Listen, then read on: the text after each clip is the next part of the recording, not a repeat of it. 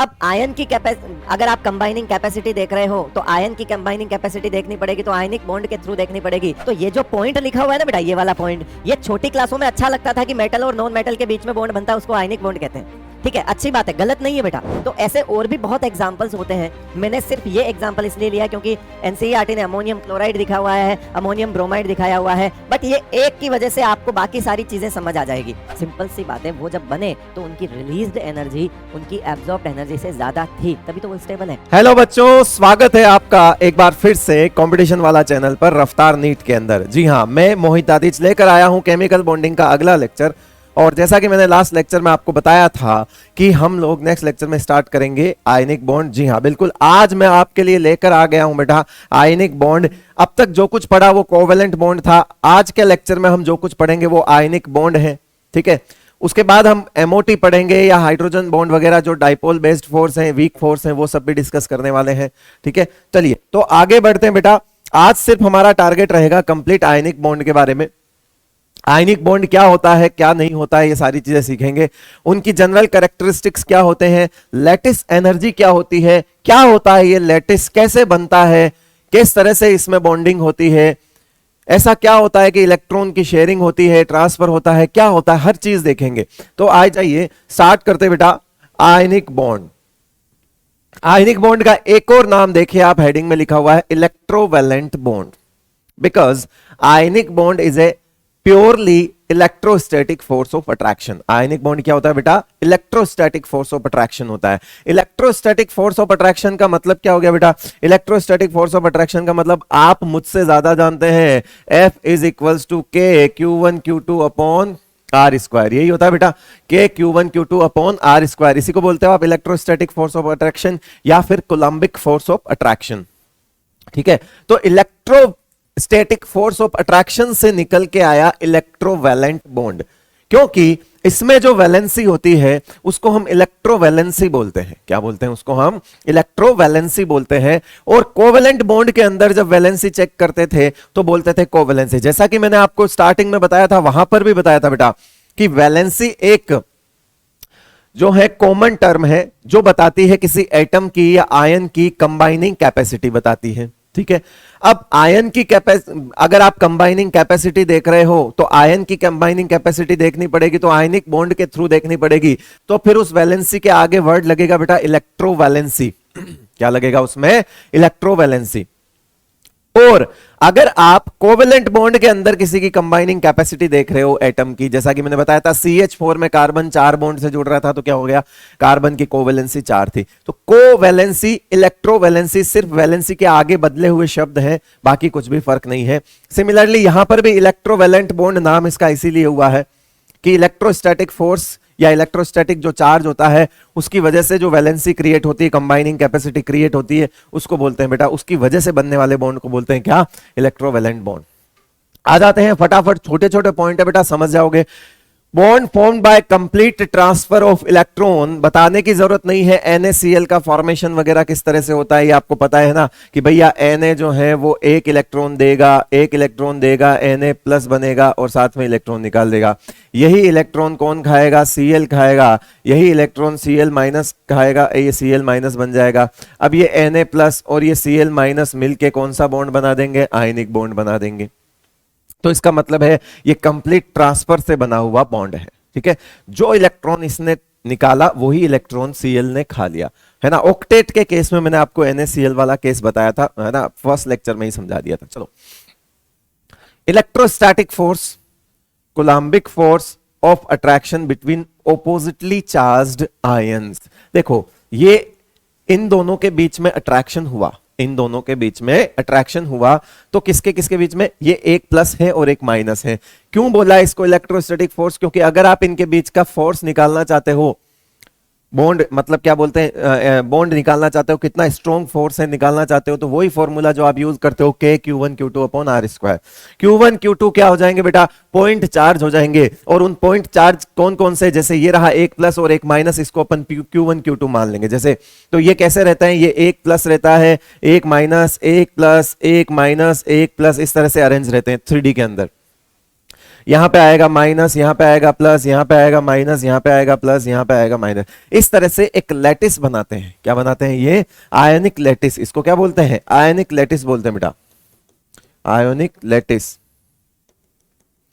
ये लैटिस बनता है। इस लैटिस में plus minus plus minus plus minus इस तरह से अरेंज्ड होते हैं।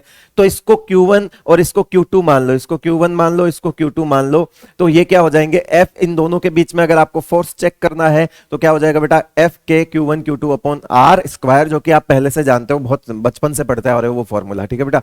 तो कहीं ना कहीं ये ऑपोजिटली चार्ज्ड आयंस है, उनके बीच का अट्रैक्शन फोर्स है और कुछ नहीं है। ठीक है? Generally formed between metals and non metals generally बोला है। क्यों बोला है बेटा? क्योंकि जो मेटल्स होते हैं, मेटल्स कौन से होते हैं बेटा? इलेक्ट्रोपॉजिटिव। कैसे होते हैं? इलेक्ट्रोपॉजिटिव। और इलेक्ट्रोपॉजिटिव का मतलब इलेक्ट्रॉन लूज करने की टेंडेंसी वाले। और नॉन मेटल्स कौन से होते हैं बेटा? नॉन मेटल्स कौन से होते हैं? नॉन मेटल्स होते हैं इलेक्ट्रोनेगेटिव। मतलब इनको इलेक्ट्रॉन खाना पसंद है और इनको इलेक्ट्रॉन छोड़ना पसंद है। जब ये इलेक्ट्रॉन छोड़ना पसंद करेंगे तो ये क्या बनाएंगे? Forms cation. और ये क्या बनाएंगे? Forms anion. मतलब जो आपके मेटल्स हैं वो इलेक्ट्रॉन लूज करके क्या बना रहे हैं? कैटायन बना रहे हैं, ये देखो। और जो नॉन मेटल है वो इलेक्ट्रॉन खा के क्या बना रहे हैं? वही वाला इलेक्ट्रॉन खा के क्या बना रहे हैं? एनायन बना रहे हैं। इसका मतलब ये मेटल और नॉन मेटल के बीच में आपको सबसे ज्यादा देखने को मिलेगा, बिकॉज मेटल की टेंडेंसी लूज करना, नॉन मेटल की टेंडेंसी गेन करना। तो इसका मतलब है इनका बढ़िया जो है वो ट्यूनिंग बढ़ जाती है। इस वजह से हमेशा आपने देखा होगा एक देने वाला और एक लेने वाला, अगर ये बॉन्ड है तो इस तरह के बॉन्ड को हम आयनिक बॉन्ड बोलते हैं जनरली। लेकिन लेकिन लेकिन लेकिन कुछ नॉन मेटल्स की चीजों पर भी आ जाता है, कुछ नॉन मेटल्स भी ऐसे होते हैं। ठीक है? अब आगे आ जाओ, देखो लेकिन एक्सेप्शन देख लो। एक्सेप्शन एक्सेप्शंस क्या होता है? जैसे ये NH4 प्लस है बेटा और ये आपका Cl माइनस है। अब अमोनियम क्लोराइड है, इसमें देखो आप कोई भी मेटल नहीं है, इसमें देखो आप कोई भी मेटल नहीं है। तो ये जो पॉइंट लिखा हुआ है ना बेटा, ये वाला पॉइंट, ये छोटी क्लासों में अच्छा लगता था कि मेटल और नॉन मेटल के बीच में बॉन्ड बनता है, उसको आयनिक बॉन्ड कहते हैं। ठीक है? अच्छी बात है, गलत नहीं है बेटा कि मेटल और नॉन मेटल के बीच में अगर कभी बॉन्ड बनेगा तो वो डेफिनेटली आयनिक बॉन्ड ही होगा। लेकिन क्या हमेशा मेटल्स और नॉन मेटल्स के बीच में ही बनेगा क्या? ऐसा तो है नहीं, क्योंकि हमने अभी पढ़ा कि ये फोर्स तो डिफरेंट, मतलब ऑपोजिट चार्ज्ड आयन के बीच का फोर्स है। अब ऑपोजिटली चार्ज्ड आयंस हैं तो वो आयनिक बॉन्ड के थ्रू ही अट्रैक्ट होंगे। ठीक है? तो ऐसा तो है नहीं। आप खुद सोचो, NH4 प्लस एक आयन हो गया अमोनियम आयन पूरा, और क्लोराइड आयन पूरा माइनस एनायन हो गया। बताओ अमोनियम आयन और क्लोरीन वाले में इस क्लोराइड आयन के बीच में भी तो फोर्स कौन सा लगेगा बेटा? आयनिक लगेगा। कौन सा फोर्स लगेगा? आयनिक। तो ऐसे और भी बहुत एग्जांपल्स होते हैं। मैंने सिर्फ ये एग्जांपल इसलिए लिया क्योंकि एनसीईआरटी ने अमोनियम क्लोराइड दिखा हुआ है, अमोनियम ब्रोमाइड दिखाया हुआ है, बट ये एक की वजह से आपको बाकी सारी चीजें समझ आ जाएगी। एक की वजह से बाकी सारी चीजें समझ आ जाएगी कि हाँ, हमको मोर एक्यूरेट अगर सोचना है तो हमको यह सोचना पड़ेगा कि जहां कहीं पे भी ऑपोजिटली चार्ज्ड आयंस होंगे उनके बीच में डेफिनेटली कौन सा फोर्स होगा? इलेक्ट्रोस्टैटिक फोर्स ऑफ अट्रैक्शन होगा, जिसको हमने आयनिक बॉन्ड बोला है। तो अब तक मैक्सिमम केस में आपको मेटल नॉन मेटल के बीच में ही दिखेगा, लेकिन बेटा यहां तो नॉन मेटल और नॉन मेटल के बीच में भी आ गया। बताओ ये किससे बना हुआ है बेटा? ये बना हुआ है NH3, और ये किससे बना हुआ है? अगर इसकी बात करें तो NH3, और किससे बना हुआ है? उसने कोऑर्डिनेट बॉन्ड बनाया था H प्लस के साथ। ठीक है? और फिर इनके बीच में क्या है? Cl minus. तो बताओ इसके अंदर कौन कौन से फोर्स हो गए बेटा? क्या कोवेलेंट बॉन्ड हो गया? नॉर्मल कोवेलेंट बॉन्ड हो गया? यस हो गया। क्या इसके बीच में आयनिक, इसमें इस कंपाउंड में आयनिक बॉन्ड है? बिल्कुल है। क्या इसमें कोऑर्डिनेट बॉन्ड है? बिल्कुल है। तो देखो अमोनियम क्लोराइड एक ऐसा एग्जांपल है जिसमें तीनों तरह के बॉन्ड है। सिंपल कोवेलेंट, कहां है simple covalent? That is your NH3 में नाइट्रोजन 3 अमोनिया के साथ जो बॉन्ड बना रहा है वो कैसे है? Simple covalent. फिर नाइट्रोजन 1 H प्लस के साथ जो बॉन्ड बना रहा है वो कैसा है? कोऑर्डिनेट। फिर अमोनियम आयन और क्लोराइड आयन के बीच में जो फोर्स है वो कैसा फोर्स है? Ionic bond. क्या तीनों तरह के फोर्स आपको समझ में आ गए? क्या ऐसे एक्सेप्शंस और भी हो सकते हैं? डेफिनेटली हो सकते हैं। अमोनियम ब्रोमाइड ले लो, अमोनियम ब्रोमाइड ले लो, इस तरह से सारी चीजें आप समझ सकते हो, सारी चीजें इसमें समझ में आ जाएगी। ये दोनों ही नॉन मेटल्स के बीच में है बेटा, तो ऐसा नहीं है कि आपको सिर्फ मेटल नॉन मेटल, हाँ ठीक है मैं मानता हूं मैक्सिमम केस में मेटल नॉन मेटल देखने को मिलेगा, लेकिन लेकिन लेकिन कहीं पर अगर ऑपोजिटली चार्ज्ड आयंस देख रहे हो तो वहां पे भी ओके कर देना कि यहां पे भी आयनिक बॉन्ड होगा। चलिए गुड, आगे बढ़ते हैं। यहां तक तीनों पॉइंट आपको समझ में आ गए। ये सारे जनरल कैरेक्टरिस्टिक चल रहे हैं बेटा आयनिक बॉन्ड के, आयनिक कंपाउंड्स के। आयनिक कंपाउंड्स कौन, जिनके बीच में आयनिक बॉन्ड है। Ionic compounds are generally solid brittle in nature at room temperature. ये रूम टेम्परेचर पर सॉलिड होते हैं। क्यों क्यों क्यों क्यों क्यों सर, ये रूम टेम्परेचर पर सॉलिड क्यों होते हैं? Due to strong electrostatic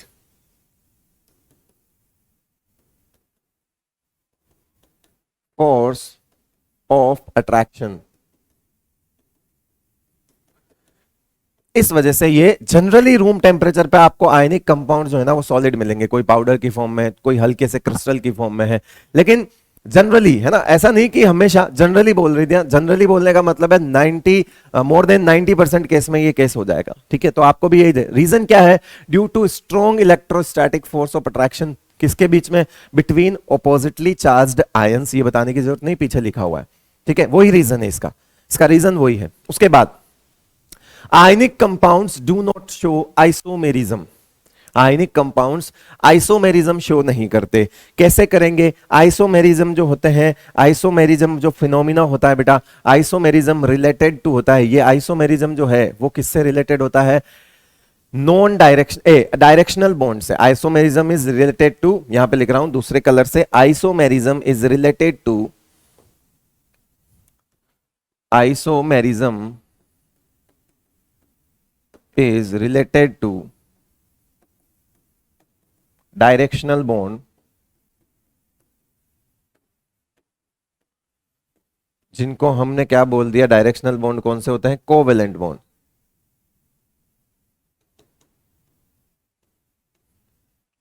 isomerism किससे रिलेटेड होता है बेटा? कोवेलेंट बॉन्ड से रिलेटेड होता है, क्योंकि कोवेलेंट बॉन्ड एक डायरेक्शनल बॉन्ड होता है। सर ये डायरेक्शनल बॉन्ड क्या होता है? बेटा कोवेलेंट बॉन्ड में आपने बोला ना कि ये px और px और px के बीच में बना है। एक्स एक्सिस पर px सिग्मा बनाएंगे, एक्स एक्सिस वाई एक्सिस पर px पाई बनाएंगे, जेड एक्सिस पर px भी पाई बनाएंगे। तो आप किसी एक्सिस के थ्रू बात कर रहे हो, किसी डायरेक्शन के रेस्पेक्ट में बात कर रहे हो, तो इसका मतलब उसको बोलते हैं डायरेक्शनल बॉन्ड। क्या बोलते हैं उसको? Directional bond. इसी तरह से आयनिक बॉन्ड में ऐसा कुछ नहीं होता। आयनिक बॉन्ड में बेटा ये लैटिस बना हुआ है। अब ये लैटिस मैंने तो आपको ये 2 लाइन बताई है, लेकिन ऐसा नहीं है, ये ऊपर नीचे इधर उधर 3D में पूरा चारों तरफ ऐसे ही आयंस का एक सेट होता है, कंप्लीट एक क्यूब समझ लो, इस तरह से बने हुए हैं, बराबर बराबर बने हुए हैं। तो इसका मतलब हर डायरेक्शन में है। इसका मतलब ये आयंस जो है ये हर डायरेक्शन में है। और याद करो मैंने जो बोला था कि हर डायरेक्शन में जो होता है उसको बोलते हैं नॉन डायरेक्शनल। क्या बोलते हैं उसको? Non directional. Again ionic bond भी एक पर्टिकुलर डायरेक्शन में लैटिस नहीं बनता। लैटिस एक पर्टिकुलर डायरेक्शन में नहीं बनता, क्योंकि आयनिक कंपाउंड्स में आयनिक बॉन्ड जो होता है बेटा, आयनिक बॉन्ड कैसा होता है? वो होता है नॉन डायरेक्शनल बॉन्ड होता है। आयनिक बॉन्ड कैसा होता है? आयनिक बॉन्ड कैसा होता है? आयनिक बॉन्ड होता है नॉन डायरेक्शनल। अब आपसे किसी भी तरह से सवाल पूछ सकता है कि आइसोमेरिज्म क्यों नहीं शो करते? क्योंकि आइसोमेरिज्म जो होता है वो एक किसी पर्टिकुलर डायरेक्शन में जो है मॉलिक्यूलर फॉर्मूला सेम रखना होता है, बट जो पोजीशंस हैं वो चेंज करनी होती है, उसको आइसोमेरिज्म कहते हैं। एटम्स की पोजीशन जो है वो बदल जाती है, उसको क्या कहते हैं बेटा? आइसोमेरिज्म कहते हैं उसको। लेकिन यहां पर किसके रेस्पेक्ट में आप पोजीशन चेंज करोगे? आयंस तो चारों तरफ एक जैसे हैं, तो यहां पे ऐसा तो है नहीं कि पोजीशन बदल जाएगी, ऐसा कुछ हो नहीं सकता, बिकॉज वो नॉन डायरेक्शनल बॉन्ड है। तो 2 तरह से ionic compounds do not show isomerism due to presence of non directional bonds, ठीक है, या फिर यूं कहते हैं due to absence of directional bonds. एक ही बात है बेटा, जैसे तैसे मैनेज आपको स्टेटमेंट देखना है, और जो आपकी लैंग्वेज है, जो लैंग्वेज आपको क्वेश्चंस में दी हुई होगी, उसके अकॉर्डिंग आपको चीजों को देखना पड़ेगा कि ये किसकी एब्सेंस की वजह से और किसकी प्रेजेंस की वजह से बात करता है। वो दोनों के रेस्पेक्ट में बात कर सकता है। कोवेलेंट बॉन्ड में डायरेक्शनल बॉन्ड होते हैं और इनमें नहीं होते हैं। तो इसका मतलब है आइसोमेरिज्म के लिए जो जरूरी चीज है वो है डायरेक्शनल बॉन्ड। जो कि आयनिक बॉन्ड में नहीं होते, इसलिए ये इनके कंपाउंड्स आइसोमेरिज्म शो नहीं करते। Ionic compounds are polar and readily soluble in polar solvent like water. Polar बेटा देखो हमने क्या किया था, आप एक बात समझना, वापस मैं इसको इरेज कर दूंगा। हमने ए और बी कोवेलेंट बॉन्ड था, उसके अंदर पार्शियल नेगेटिव और पार्शियल पॉजिटिव लगा के ये बोल दिया कि इसका आयनिक करेक्टर बढ़ गया। क्या बोल दिया कि इसका आयनिक करेक्टर बढ़ गया क्योंकि इसका डेल्टा EN ज्यादा है, ऐसा ही बोला था।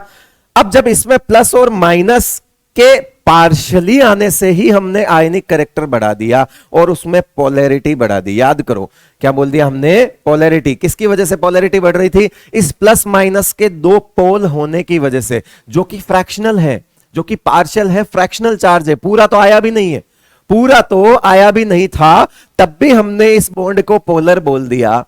जहां पर चार्ज आधा अधूरा है वहां पर भी हमने पोलैरिटी वर्ड यूज कर लिया।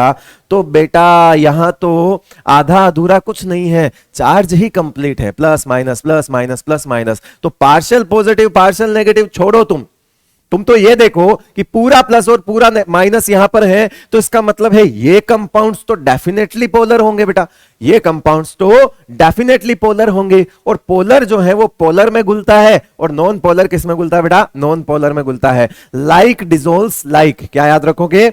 लाइक डिसोल्व्स लाइक, मतलब पोलर पोलर में घुलना पसंद करता है ज्यादा। ऐसा नहीं कि पोलर है तो वो नॉन पोलर में बिल्कुल भी सॉल्युबल नहीं होगा, अगर कंप्लीट पोलर है तो वो नॉन पोलर में बिल्कुल सॉल्युबल नहीं होगा, मानता हूं। लेकिन मैक्सिमम सॉल्युबिलिटी पोलर की पोलर में होगी, नॉन पोलर की नॉन पोलर में होगी। तो आयनिक कंपाउंड्स आर पोलर, ठीक है, due to presence of charge. वैसे लिखने वाली बात नहीं है, बट ठीक है, बेसिक बेसिक सी बातें हैं।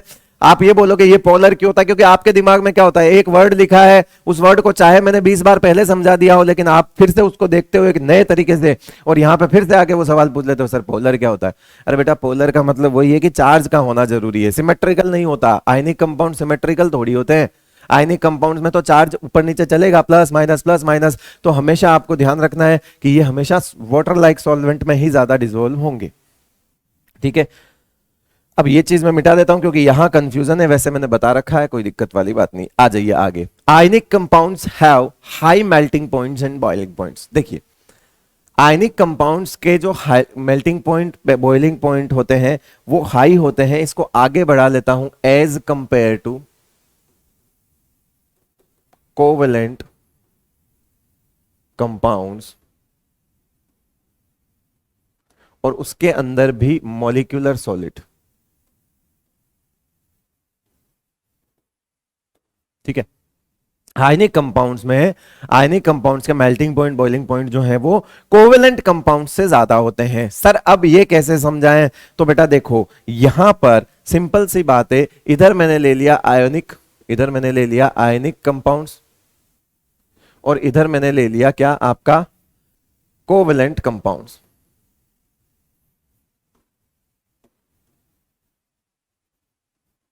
ठीक है। अब देखो जरा आयनिक कंपाउंड्स और कोवेलेंट कंपाउंड। आयनिक कंपाउंड्स का मतलब वही इलेक्ट्रोस्टैटिक फोर्स ऑफ अट्रैक्शन होगा, ठीक है। यहां पर ये माइनस ये प्लस, ये माइनस ये प्लस, ठीक है, इलेक्ट्रोस्टैटिक फोर्स ऑफ अट्रैक्शन होगा। और यहां पर कोवेलेंट कंपाउंड्स जो होते हैं बेटा, उनके मॉलिक्यूल वो डिस्क्रीट यूनिट के रूप में रहते हैं, छोटे छोटे मॉलिक्यूल्स के रूप में रहते हैं, है ना।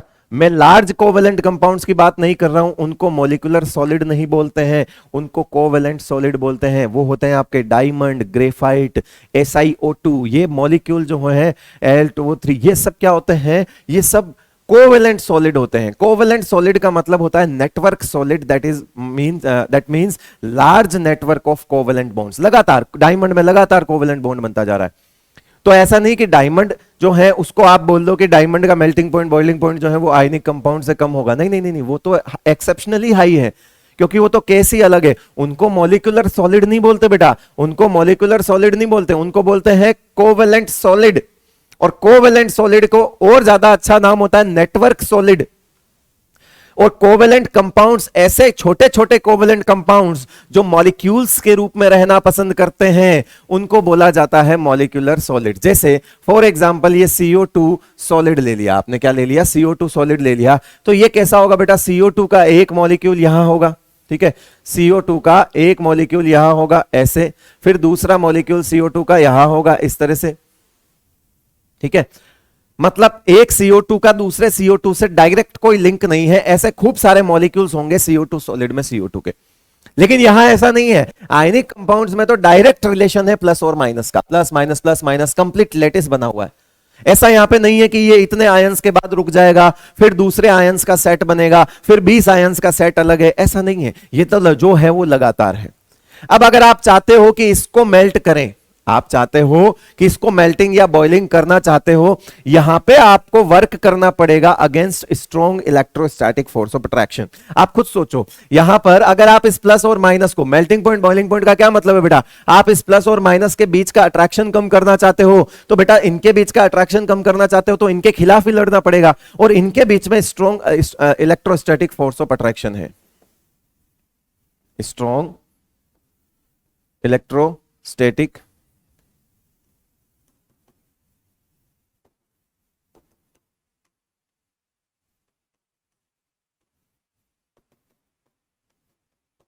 अब इनके खिलाफ काम करना है तो लड़ाई या मजबूत वाली लड़ाई है, भारी लड़ाई है कि भैया इनको मेल्ट करना मुश्किल है। लेकिन आप ये देखो, CO2 को मेल्ट करना है मतलब CO2 के ये बॉन्ड ब्रेक करना है, ऐसा नहीं है। CO2 को मेल्ट करना है मतलब इन दो मॉलिक्यूल्स के बीच का गैप बढ़ाना है। जब इस मॉलिक्यूल्स के बीच का गैप बढ़ेगा तो CO2 लिक्विड बनेगा, थोड़ा और बढ़ेगा तो CO2 गैस बन जाएगी। लेकिन CO2 सॉलिड है तब तक ये मॉलिक्यूल्स थोड़े पास हैं। तो आप क्या कर रहे हो, इन बॉन्ड को नहीं तोड़ रहे हो बेटा, ये जो अंदर आपको कोवेलेंट बॉन्ड दिख रहे हैं इनको नहीं तोड़ना है। CO2 को मेल्ट करना है या बॉईल करने का मतलब ऐसा नहीं है कि आप ये वाले बॉन्ड तोड़ दोगे, ये वाले बॉन्ड तोड़ोगे तो फिर मेल्टिंग पॉइंट बॉइलिंग पॉइंट तो हाई होना चाहिए था ना, क्योंकि ये तो बहुत स्ट्रॉन्ग बॉन्ड होते हैं कोवेलेंट बॉन्ड। तो इसका मतलब है यहां पर ये जो है इनके बीच में वीक वंडरवॉल फोर्स होते हैं। कैसे फोर्स होते हैं बेटा, वीक वंडरवॉल फोर्स।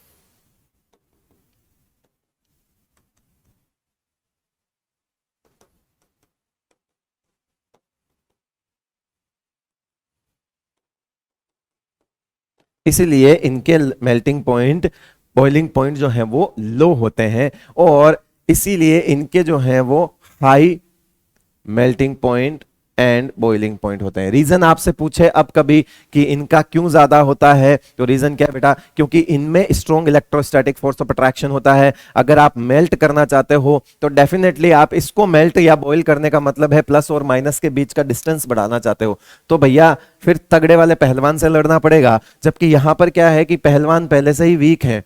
अगर आप सॉलिड को लिक्विड बनाना चाहते हो तो CO2 के दो मॉलिक्यूल्स के बीच का गैप बढ़ाना चाहते हो, गैस बनाना चाहते हो और गैप बढ़ाना चाहते हो, तो इसका मतलब है आप किसके अगेंस्ट वर्क कर रहे हो, तो आप तो हल्के पुल्के आदमी के अगेंस्ट वर्क कर रहे हो। और जब आप हल्के पुल्के आदमी के अगेंस्ट काम कर रहे हो, लड़ाई कर रहे हो, तो आपको मेहनत कम करनी पड़ेगी। मेहनत कम करनी पड़ेगी का मतलब कम टेम्परेचर पर ही ये मेल्ट या बॉईल हो जाएंगे। इस वजह से इनको लिखा जाता है weak van der Waals force present between molecules, that's why low melting point and boiling point. ठीक है भाई, क्लियर है यहां तक? चले आगे चलते हैं। अगला आता है इलेक्ट्रिकल कंडक्टिविटी। अगला क्या आता है, इलेक्ट्रिकल कंडक्टिविटी। ये भी बहुत अच्छा इंपॉर्टेंट जो है पार्ट है, इसका देख लेते हैं। इसको मैं आपको एक काम करूंगा कि आपको ionic compounds and covalent compounds के साथ साथ मॉलिक्यूलर के लिए भी बता दूंगा, जैसे सॉरी मेटालिक के लिए भी बता दूंगा। सबसे पहले अपन आयनिक के लिए देख लेते हैं। आयनिक सॉलिड्स में या आयनिक कंपाउंड्स, ठीक है, आयनिक कंपाउंड्स में क्या होता है बेटा, सबसे पहले आयनिक कंपाउंड्स में यहां देख लेते हैं, फिर इसको कोवेलेंट कंपाउंड्स में भी देख लेंगे, और फिर इनको मेटालिक सॉलिड लिख दो। मेटालिक सॉलिड के लिए भी, मेटालिक कंपाउंड्स लिख दो के लिए भी देख लेंगे। अब है तो ये आयनिक में समझाने वाली बात, लेकिन मैं आपका ये यहां पर सारी चीजें क्लियर कर लेता हूं। ठीक है, देखो सबसे पहले बात कर लेते हैं इनकी सॉलिड स्टेट में। ठीक है, सबसे पहले आयनिक कंपाउंड्स की बात कर लेते हैं हम यहां पे सॉलिड में, फिर मोल्टन में, और फिर एक्वस में। ठीक है, सेम चीज है, ये तीन चीजें सेम चलेगी सॉलिड में, मॉल्टन में और एक्वस में। यहाँ पे लाइंस वगैरह बना लेते हैं कुछ, मुझे एक आधे मिनट का समय दो बेटा। चलो,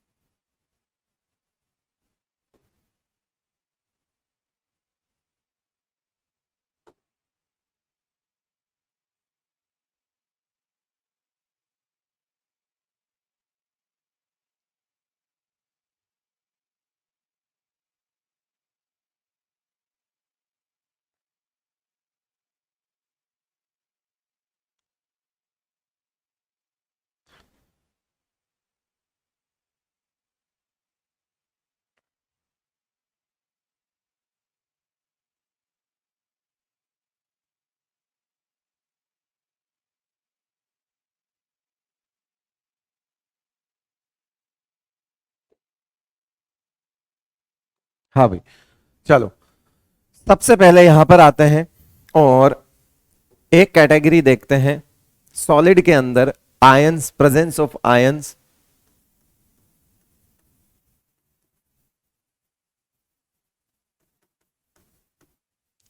उसके बाद यहां पे देख लेंगे मोबिलिटी ऑफ आयंस, और उसके बाद यहां पे देख लेंगे क्या, conductivity.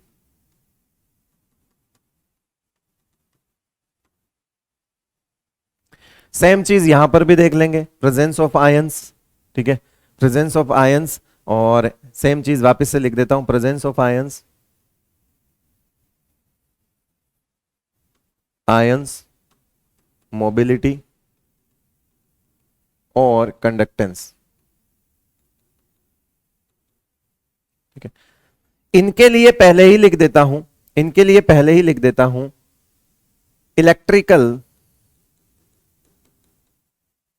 Conductor in all state due to free electrons. इनमें फ्री इलेक्ट्रॉन्स होने की वजह से, कोई मेटल मेटल के बीच में बॉन्ड है, कोई मेटालिक कंपाउंड है, तो इसका मतलब है वो तो हमेशा हर एक स्टेट में आपके पास फ्री इलेक्ट्रॉन्स हैं, तो चार्ज है, मूव कर सकता है, तो कंडक्टिविटी दिखाएगा। तो इसके लिए तो कोई सी भी स्टेट में पूछे, सॉलिड में, मॉल्टन में, एक्वस में, किसी के लिए भी पूछे, आप बता दो। अब सॉलिड में क्या होता है बेटा, आयनिक कंपाउंड सॉलिड में, आपको पता है कि आयनिक कंपाउंड्स तो ऐसे होते हैं। आयनिक कंपाउंड्स कैसे होते हैं, माइनस, ये रहा प्लस। सॉलिड के अंदर क्या होता है कि आयंस तो हैं, लेकिन इनके बीच में strong electrostatic force of attraction है। तो सॉलिड स्टेट में ये आयंस मूवेबल नहीं होते, मोबाइल नहीं होते, क्योंकि सॉलिड का मतलब इनके बीच में जबरदस्त अट्रैक्शन है। जबरदस्त अट्रैक्शन है, तो ये एक दूसरे को छोड़कर नहीं जाना चाहते, मतलब मूव नहीं करना चाहते। तो चार्ज होने से मतलब नहीं है, चार्ज का मोबाइल होना जरूरी है, चार्ज का घूमना फिरना जरूरी है, तभी कंडक्टेंस शो होगी। तो याद रखना, सॉलिड स्टेट के अंदर, सॉलिड स्टेट के अंदर आयंस तो है, सॉलिड स्टेट के अंदर आयंस तो है आयनिक कंपाउंड्स में, लेकिन मोबिलिटी नहीं है, इसलिए कंडक्टिविटी भी नहीं शो करेगा। सेंट क्या मोल्टन स्टेट में कंडक्टिविटी आ सकती है? मोल्टन का मतलब है बेटा इसी को मेल्ट कर दिया, लैटिस को क्या कर दिया, मेल्ट कर दिया। जब मेल्ट कर दिया तो ये क्या होगा, ये प्लस माइनस, ये प्लस जो है, इनके बीच की डिस्टेंस बढ़ जाएगी, और डिस्टेंस बढ़ जाएगी तो इनके बीच का फोर्स ऑफ अट्रैक्शन जो है वो हल्का कम हो जाएगा। जब वीक हो जाएगा, फोर्स ऑफ अट्रैक्शन वीक हो जाएगा, तो फिर ये एक दूसरे की बाउंडेशन में नहीं है, ये थोड़ा घूम फिर सकते हैं।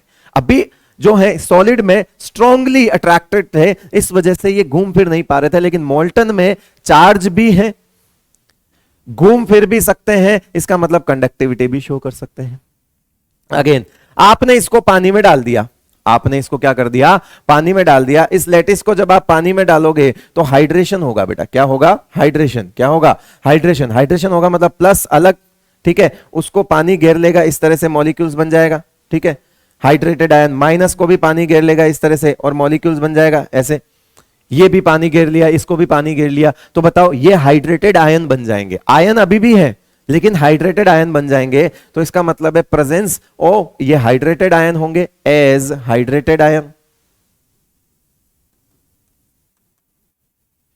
एज हाइड्रेटेड आयंस, ठीक है। उसके बाद यहां पर मोबिलिटी ऑफ आयंस जो है वो भी होगी, हाइड्रेटेड आयंस के रूप में ही मोबिलिटी होगी। और दूसरा कंडक्टिविटी जो है वो भी शो करेंगे एज ए हाइड्रेटेड आयन। मतलब जब पानी में फेंक दोगे, एक्वस मतलब पानी में फेंकना, मोल्टन का मतलब पानी नहीं होता, मोल्टन का मतलब तो है उसी को मेल्ट कर दिया। चलो इधर आ जाओ बेटा, कोवेलेंट कंपाउंड्स में भी देख लेते हैं। कोवेलेंट कंपाउंड्स में आयंस ही नहीं होते, मोबिलिटी भी नहीं होगी, कंडक्टेंस भी नहीं होगा। मोल्टन स्टेट में CO2 सॉलिड है था, CO2 को आपने लिक्विड बना दिया तो क्या आयंस आ गए क्या? नहीं, CO2 दूर हो गए, इसके अलावा तो CO2 ही है।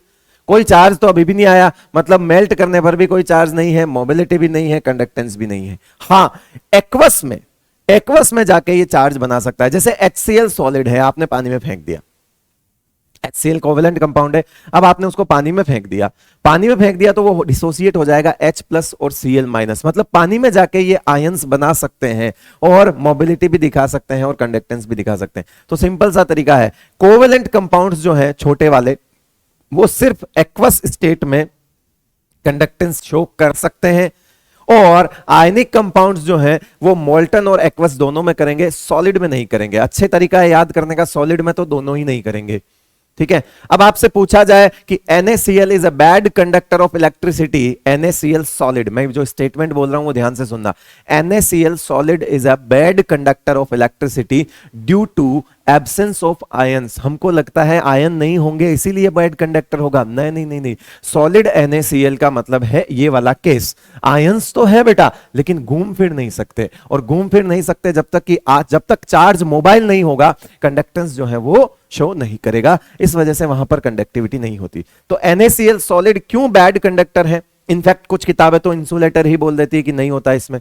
वो रीजन है बेटा, उसका रीजन है कि उसमें मोबिलिटी ऑफ आयंस जो है वो अवेलेबल नहीं है।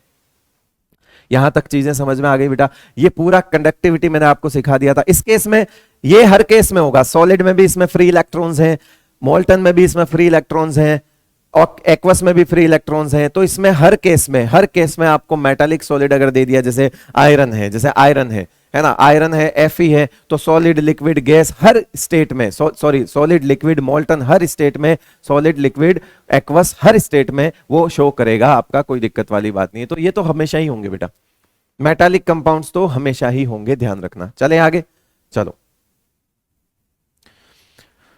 अब आता है कि एक आयनिक बॉन्ड को अगर स्टेबल बनाना है, एक आयनिक बॉन्ड को हम क्या बनाना चाहते हैं बेटा? स्टेबल बनाना चाहते हैं, तो released energy must be greater than energy absorbed. ठीक है, कुछ इसी तरह से समझो कि अगर आप किसी बिजनेस को स्टेबल करना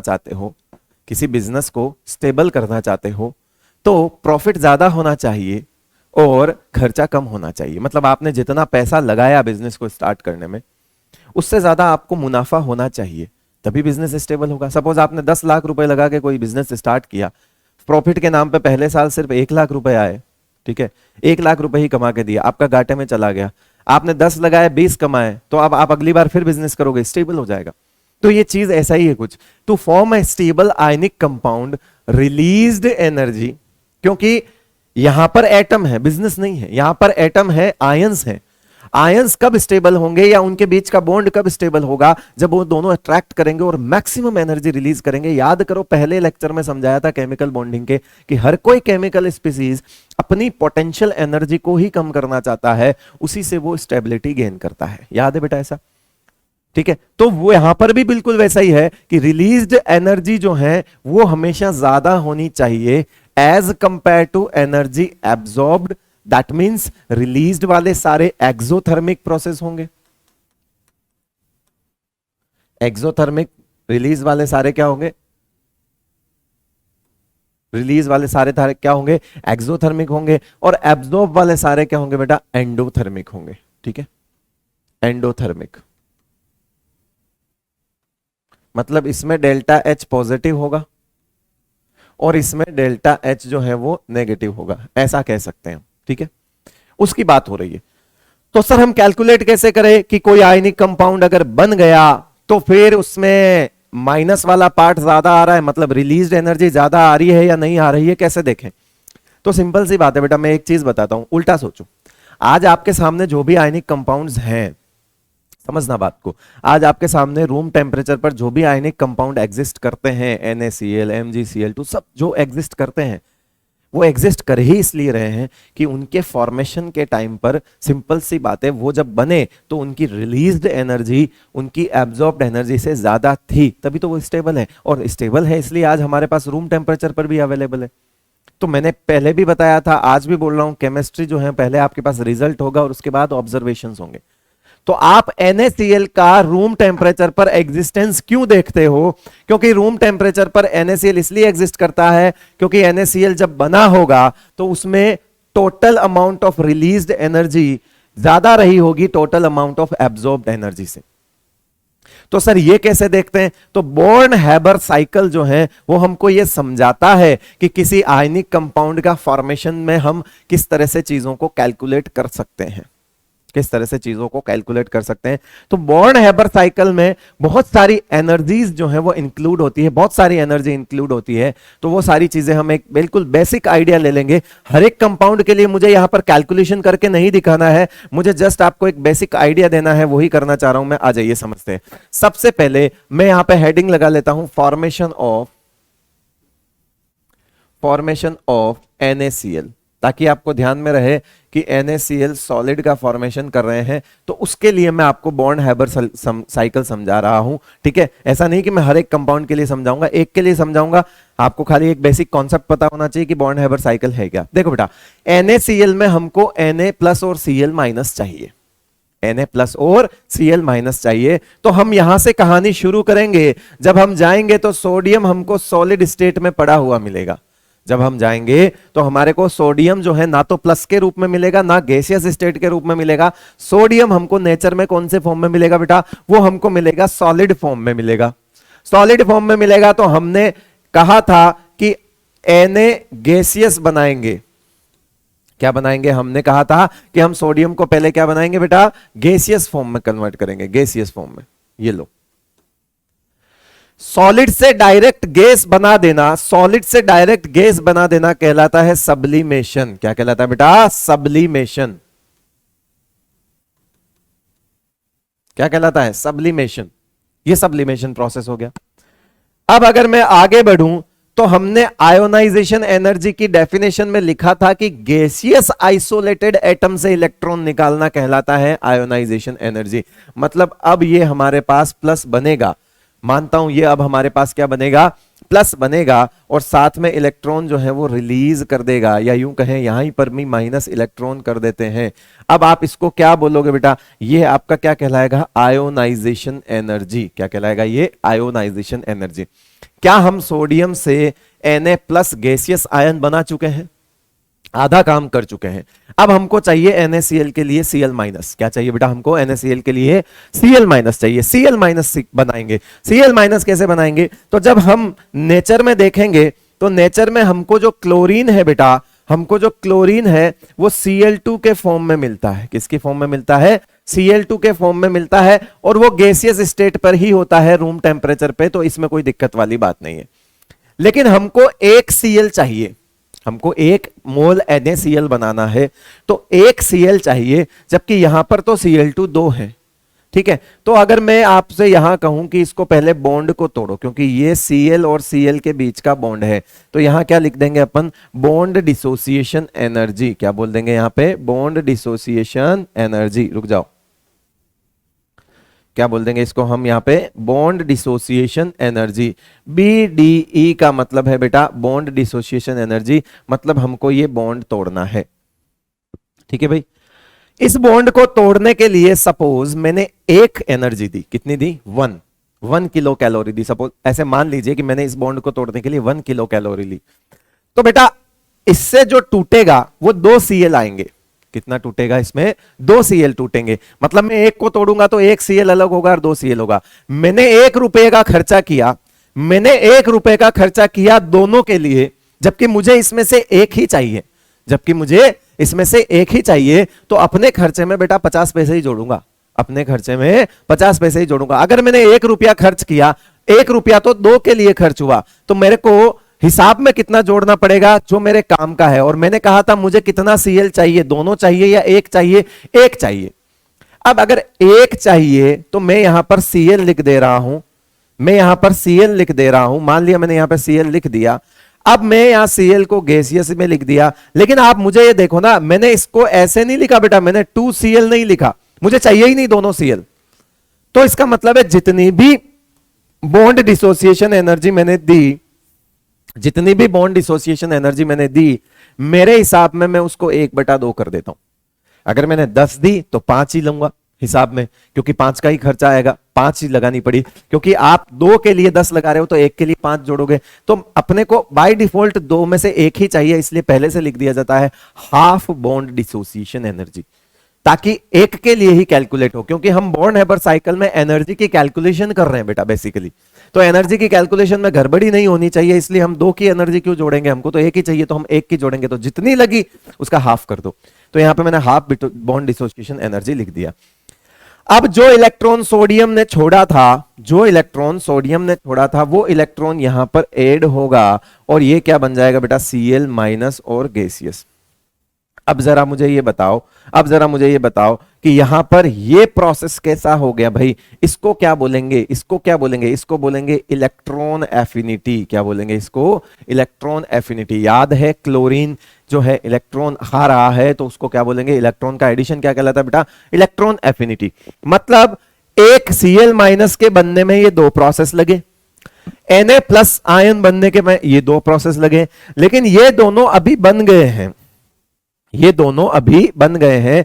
अब ये दोनों मिलके जुड़ेंगे आपस में, ये दोनों मिलके आपस में जुड़ेंगे, ये आयंस आपस में जुड़ेंगे और ये बनेंगे क्या, NaCl। क्या बन जाएंगे बेटा, ये NaCl अगर बनेंगे तो साथ में खूब सारी एनर्जी निकलेगी, जिसको बोलते हैं लैटिस एनर्जी, क्योंकि ये प्लस और ये माइनस मिलके एक लैटिस बनाएंगे, जो कि मैं इतनी देर से समझा रहा हूं, plus minus plus minus plus minus. तो बेटा प्लस माइनस की फॉर्म में अब ये इनको लैटिस में अरेंज होना है, और लैटिस में बनने के बाद ये गैसियस फॉर्म में अरेंज होते हैं, गैसियस फॉर्म में अरेंज होते हैं और सॉलिड फॉर्म में लैटिस बनता है। तो गैस से सॉलिड आएंगे तो और ज्यादा एनर्जी रिलीज करेंगे, क्योंकि सॉलिड से गैस में जाने पर तो एनर्जी देनी पड़ती है। तो इसका मतलब है गैस से सॉलिड आ रहे हैं तो पास आएंगे, पास आएंगे, इसका मतलब एनर्जी और ज्यादा रिलीज करेंगे। तो कंस्टिट्यूएंट गैसियस आयन का 1 मोल कंस्टिट्यूएंट गैसियस आयन से आयनिक सॉलिड का बन जाना कहलाता है, उसमें जो एनर्जी रिलीज होती है उसको कहते हैं बेटा लैटिस एनर्जी। लैटिस एनर्जी की डेफिनेशन यहीं से सीख लो, आगे वाली स्लाइड पे आने वाली है। क्या बोला मैंने, कोई गैसियस कंस्टिट्यूएंट आयन से, गैसियस कंस्टिट्यूएंट्स आयन से 1 मोल सॉलिड अगर बनता है तो उसमें जो एनर्जी रिलीज होती है बेटा उसको बोलते हैं लैटिस एनर्जी। इसका उल्टा भी सोच सकते हो कि उस 1 मोल सॉलिड को उसके गैसियस कंस्टिट्यूएंट आयंस में तोड़ने के लिए दी जाने वाली एनर्जी भी उसी के बराबर होगी, लैटिस एनर्जी, बस साइन अलग होगा। तो इस वाले फॉर्मेशन के टाइम पे ये प्रोसेस कैसा हो गया, एक्सोथर्मिक हो गया। अब जरा देखो, क्या आपको यहां पर एनर्जी देनी पड़ी थी बेटा, तो इस प्रोसेस को क्या बोलोगे, एंडो। इस प्रोसेस को क्या बोलोगे, एंडो। फिर अगेन हमको आयोनाइजेशन एनर्जी हमने पढ़ा था कि ये भी एंडोथर्मिक होती है, तो इसको भी क्या बोलोगे, एंडो। 2 प्रोसेस एंडो हो गए। क्या बॉन्ड डिसोसिएशन एनर्जी मतलब बॉन्ड तोड़ना है, अरे बॉन्ड तोड़ने के लिए भी तो एनर्जी देनी पड़ती है बेटा, तो ये भी क्या कहलाएगा, एंडो। हाँ, हमको पता है क्लोरीन जब इलेक्ट्रॉन खाता है तो एनर्जी रिलीज करता है, इसका मतलब है ये कैसा हो जाएगा बेटा, ये हो जाएगा एक्सो। यहां पर एनर्जी पहली बार रिलीज हुई इन सब प्रोसेस में, तो और फिर जहां रिलीज हुई वो हो जाएगा आपका एक्सो। ये प्रोसेस भी कैसा हो जाएगा, एक्सो। यानी 2 प्रोसेस में एनर्जी रिलीज हुई है और बाकी सारे प्रोसेस में एनर्जी एब्जॉर्ब हुई है। नंबर में अगर आप नंबर ऑफ प्रोसेस देखोगे तो एंडोथर्मिक ज्यादा है, लेकिन फर्क नहीं पड़ता क्योंकि कैलकुलेशन तो एनर्जी की होगी, नंबर ऑफ प्रोसेस की थोड़ी होगी। मान लो इन तीनों में मिलके प्लस का 200 गया, समझना। मान लो यहां पे आपकी 200 एनर्जी लग गई, तीनों प्रोसेस को मिला के 1 2 3, तीनों ग्रीन वाले एंडो जो दिख रहे हैं इनमें आपको कितनी एनर्जी लग गई बेटा, प्लस 200 आपका खर्चा हो गया। लेकिन यहां पे मान लो एक जगह पे रिलीज हुआ, यहां पर भी रिलीज हुआ, और ये दोनों रिलीज अमाउंट सपोज 500 हो गए, ये दोनों के रिलीज अमाउंट कितना हो गया, 500 किलो कैलोरी हो गया। तो बेटा ओवरऑल कितना आ जाएगा, ओवरऑल अभी भी -300 आएगा।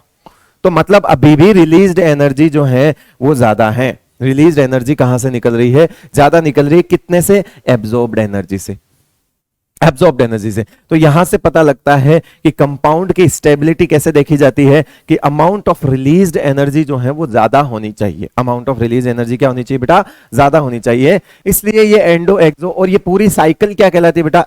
Born Haber cycle. क्या कहलाता है ये? बॉर्न हैबर साइकिल कहलाता है। तो क्या बॉर्न हैबर साइकिल से हम लैटिस एनर्जी कैलकुलेट कर सकते हैं? बिल्कुल कर सकते हैं। बॉर्न हैबर साइकिल से क्या हम लैटिस एनर्जी कैलकुलेट कर सकते हैं? बिल्कुल कर सकते हैं। तो फॉर्मेशन एंथैल्पी किसके बराबर होगी? इन सब एनर्जी के बराबर होगी। ठीक है, तो उसमें लैटिस एनर्जी को अलग रख दो, फॉर्मेशन एंथैल्पी में से माइनस कर देना, तो यहां पर आ जाएगा सारा कुछ। तो वो कैलकुलेशन वाला पार्ट है नहीं सिलेबस में, तो बताने की जरूरत नहीं है, वो रहने दो, आप कोई दिक्कत नहीं है। आप तो इतना समझो कि फॉर्मेशन ऑफ NaCl मतलब NaCl की फॉर्मेशन एंथैल्पी के अंदर इतनी सारी एनर्जीज होती हैं। ठीक है, उसमें से मेजर रोल होता है बेटा लैटिस एनर्जी का। मुझे ये बताओ, अगर NaCl आज हम रूम टेम्परेचर पर देख रहे हैं तो इसका मतलब क्या हो गया कि जब NaCl बना तो खूब ज्यादा लैटिस एनर्जी रिलीज हुई होगी। इतनी रिलीज हुई होगी कि ओवरऑल प्रोसेस को इसने रिलीज्ड एनर्जी को ज्यादा कर दिया होगा। तो लैटिस एनर्जी का ज्यादा होना बहुत जरूरी है किसी कंपाउंड के एग्जिस्ट करने के लिए। क्लियर है भाई? अब सोचो कि एंडोथर्मिक जो है किसी स्टेबल आयनिक कंपाउंड्स के लिए, अब आप खुद सोचो फॉर स्टेबल आयनिक कंपाउंड, अब इस तरह के सवाल कभी भी आ जाए तो जुगाड़ देखना। फॉर स्टेबल आयनिक बॉन्ड या ionic compounds, for stable ionic compounds, जो हमारा खर्चा लग रहा है बिजनेस के स्टेबल होने के लिए, जो खर्चा लग रहा है वो तो हमेशा कम होना चाहिए, और जो हमको प्रॉफिट मिल रहा है वो ज्यादा होना चाहिए। तो इसका मतलब हो गया कि एक्सोथर्मिक प्रोसेसेस इज ऑलवेज ज्यादा होना चाहिए। एक्सोथर्मिक एनर्जी रिलीज जो है वो ज्यादा होनी चाहिए, और ये क्या होना चाहिए? एनर्जी एब्जॉर्ब जो है वो कम होनी चाहिए। तो इसका मतलब क्या हो गया कि ionization energy, electron affinity plus lattice energy हमेशा ज्यादा होनी चाहिए। किससे किससे? आप यहां पे लिख सकते हो किससे? सब्लिमेशन एनर्जी से, प्लस आयोनाइजेशन एनर्जी से, प्लस किससे? बॉन्ड डिसोसिएशन एनर्जी से। आप खुद देखो, मैंने क्या किया? कुछ नहीं किया। मैंने तो देखा इसमें ये देखा कि रिलीज्ड एनर्जी ज्यादा होनी चाहिए किससे? एब्जॉर्ब्ड एनर्जी से। तो इसका मतलब है रिलीज कहां कहां है? इलेक्ट्रॉन एफिनिटी में रिलीज है बेटा, और लैटिस एनर्जी में रिलीज है। तो लैटिस एनर्जी और इलेक्ट्रॉन एफिनिटी ज्यादा होगी तो ओवरऑल माइनस की वैल्यू ज्यादा आएगी। और यहां पर क्या होना चाहिए? ये जो लगने वाले पैसे, खर्चे लगने वाला है, प्लस प्लस प्लस, यहां सब पे एनर्जी लगती है, इनका कम होना जरूरी है। समझ में आ गया? चलो, ये बॉन्ड हैबर साइकिल कहलाता है। अब आपको कभी भी इस तरह का सवाल पूछे, कभी भी, कि for a stable ionic compounds IP of cation, IP of metal should be low, क्योंकि मेटल की आईपी जितनी कम होगी उतना आपके लिए अच्छा है। ये कम वाले कम होने चाहिए, जो ये कम की तरफ है ना, लेस देन की तरफ है, वो सब लेस होने चाहिए। Sublimation energy should be less, ठीक है, और bond dissociation energy should be less. किसके रेस्पेक्ट में बात करेगा बॉन्ड डिसोसिएशन एनर्जी? तो एनायन के रेस्पेक्ट में बात करेगा। तो ऐसे कोई भी स्टेटमेंट वाले सवाल आप कर सकते हो, डायरेक्ट कर सकते हो। और electron affinity of anion should be large, lattice energy should be greater, means दोनों ज्यादा होनी चाहिए फॉर स्टेबल आयनिक कंपाउंड। चलो आ जाओ, आ जाते हैं लैटिस एनर्जी पे कि ये लैटिस एनर्जी है क्या। लैटिस एनर्जी के बारे में सीखते हैं बेटा। सबसे पहले देखो, lattice energy, amount of energy released when 1 mole of ionic solid is formed by it's constituents gaseous ion. कुछ नहीं है, ये रहा, ये कंस्टिट्यूएंट गैसियस आयन है, इससे एक सॉलिड लैटिस बन रहा है, उसमें जो एनर्जी रिलीज हो रही है उसको लैटिस एनर्जी बोल दिया। क्योंकि सिर्फ लैटिस एनर्जी मतलब ये एक फॉर्मेशन एंथैल्पी का पार्ट है। ऐसा नहीं है कि ओनली लैटिस एनर्जी ही इन्वॉल्व होगी किसी आयनिक कंपाउंड या फॉर्मेशन में, नहीं नहीं नहीं नहीं, मेजर रोल होता है, मैं मानता हूं लैटिस एनर्जी का, लेकिन बाकी सारी एनर्जीज भी तो रिलीज होती है, बट मेजर रोल जो है वो किसका होता है? मेजर रोल होता है आपका लैटिस एनर्जी का। इसलिए उसके बारे में एक डेफिनेशन देख ली। तो लैटिस एनर्जी के का मतलब और ये जो आपकी एनर्जी है वो तो समझ में आ ही गया। कोई गैसियस कैटायन है, गैसियस एनायन है, मिलकर सॉलिड लैटिस बनाएंगे, उसमें जो एनर्जी रिलीज होती है उसको लैटिस एनर्जी कहती है। पीछे भी मैंने यही बताया था, ठीक है, उसको यहां पे ऐसा लिख दिया। अब लैटिस एनर्जी का फॉर्मूला होता है minus A Q1 Q2 upon are. ये जो ए है ये तो आपका कांस्टेंट हो गया, ठीक है, ये आपका क्या हो गया, कांस्टेंट हो गया। ये जो बी है ये भी क्या हो गया, आपके कांस्टेंट हो गए, तो ये तो हो गए कांस्टेंट, हमको मतलब नहीं। दूसरा, आर की पावर एन लिख दिया, आर की पावर जो है वो एन लिख दिया, मतलब नेग्लिजिबल। मैक्सिमम डिस्टेंस पे मान लिया, ठीक है। तो एक काम करते हैं, पहले मैं ये सिखा देता हूं आपको कि ये जो प्लस लिखा हुआ है, ये प्लस क्यों लिखा हुआ है। ये प्लस जो लिखा हुआ है वो इस वजह से क्योंकि ये रिपल्सिव यूनिट है। अब आप बोलोगे कि सर रिपल्सिव यूनिट क्या, तो देखो बेटा प्लस माइनस, ठीक है, प्लस माइनस इस तरह से। अब आप ये सोचो कि वो जो लैटिस है उसमें इन दो के बीच में तो अट्रैक्शन है, लेकिन क्या प्लस और माइनस के बीच में रिपल्शन नहीं होगा क्या, होगा सर, वो ही ये यूनिट है। तो आप खुद सोचो, प्लस माइनस के बीच की डिस्टेंस कम है तो हमने आर एक लिया, आर की पावर, और दूसरा हमने प्लस और प्लस के बीच की डिस्टेंस जो है, मैं मानता हूं वहां पे रिपल्शन हो रहा होगा, सिमिलर चार्ज के बीच में रिपल्शन भी हो रहा होगा, लेकिन बेटा उसको आप नेग्लिजिबल मानोगे तभी तो कंपाउंड को स्टेबल करोगे। आज आपके सामने कोई कंपाउंड, आयनिक कंपाउंड एग्जिस्ट कर रहा है, इसका मतलब यह तय है कि वहां पर रिपल्शन कम और अट्रैक्शन ज्यादा हो रहा है। तो रिपल्शन अगर कम हो रहा होगा तभी तो हम उसको स्टेबल मान रहे होंगे। अगर इसमें रिपल्शन ज्यादा हो जाएगा अट्रैक्शन से तो वो कंपाउंड स्टेबल नहीं होगा। तो फिर किस बात की लैटिस एनर्जी आप कैलकुलेट करोगे, तो आप लैटिस एनर्जी उसी के लिए तो कैलकुलेट करते हो बेटा जो आज की तारीख में आपके सामने कंपाउंड स्टेबल है, सिंपल है। तो इसीलिए हमने रिपल्सिव यूनिट को क्या मान लिया, नेग्लिजिबल। क्या मान लिया हमने, नेग्लिजिबल। अब ये देखो यहां पर चार्ज माइनस है, यहां पे चार्ज क्या है, माइनस है, तो इसका मतलब हुआ कि ये पूरी यूनिट क्या कहलाती है, अट्रैक्शन यूनिट।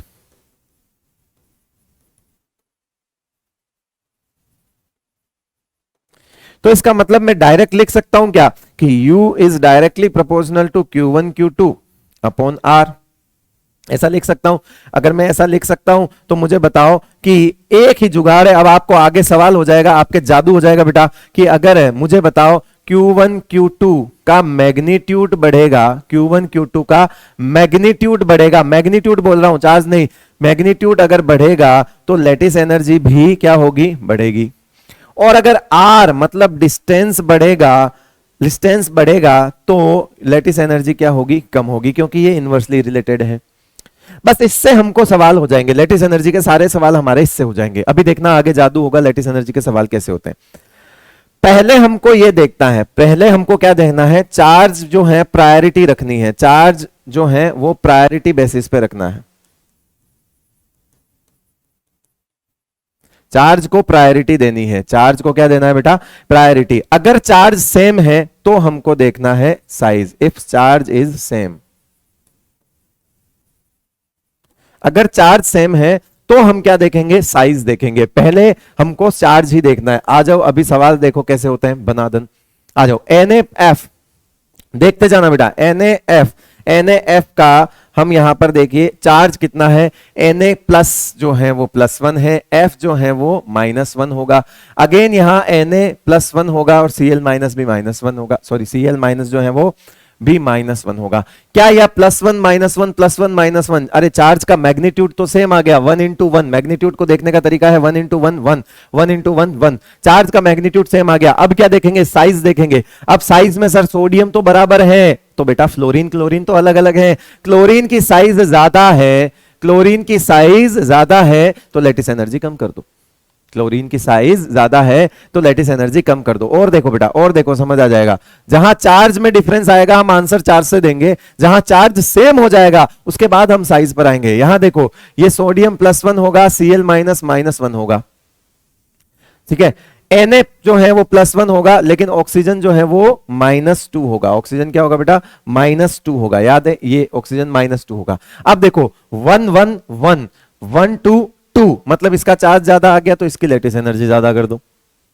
कंपेयर कर सकते हो, बहुत आसान है। हवा हो गई चीजें, चलो हलवा बना देंगे एकदम। ये देखो +1, ये देखो -1, ये देखो +1, ये देखो -1। चार्ज सेम हो गया, साइज देखेंगे। साइज में पोटेशियम और रुबिडियम की साइज देखनी पड़ेगी, क्योंकि क्लोरीन क्लोरीन दोनों तरफ सेम है।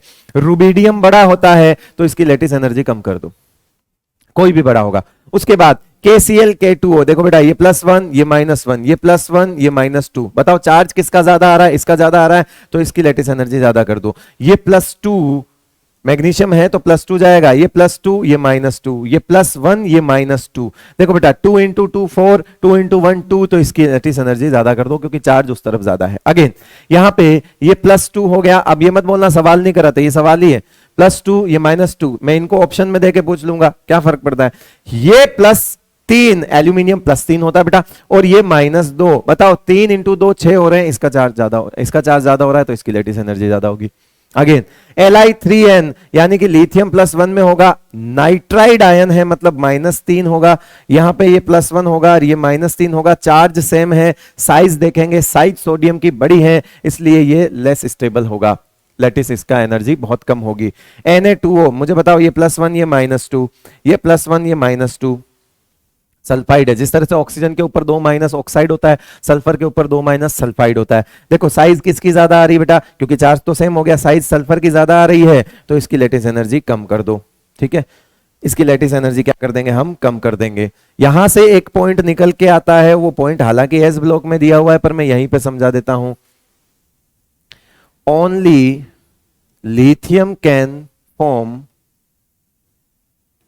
stable nitride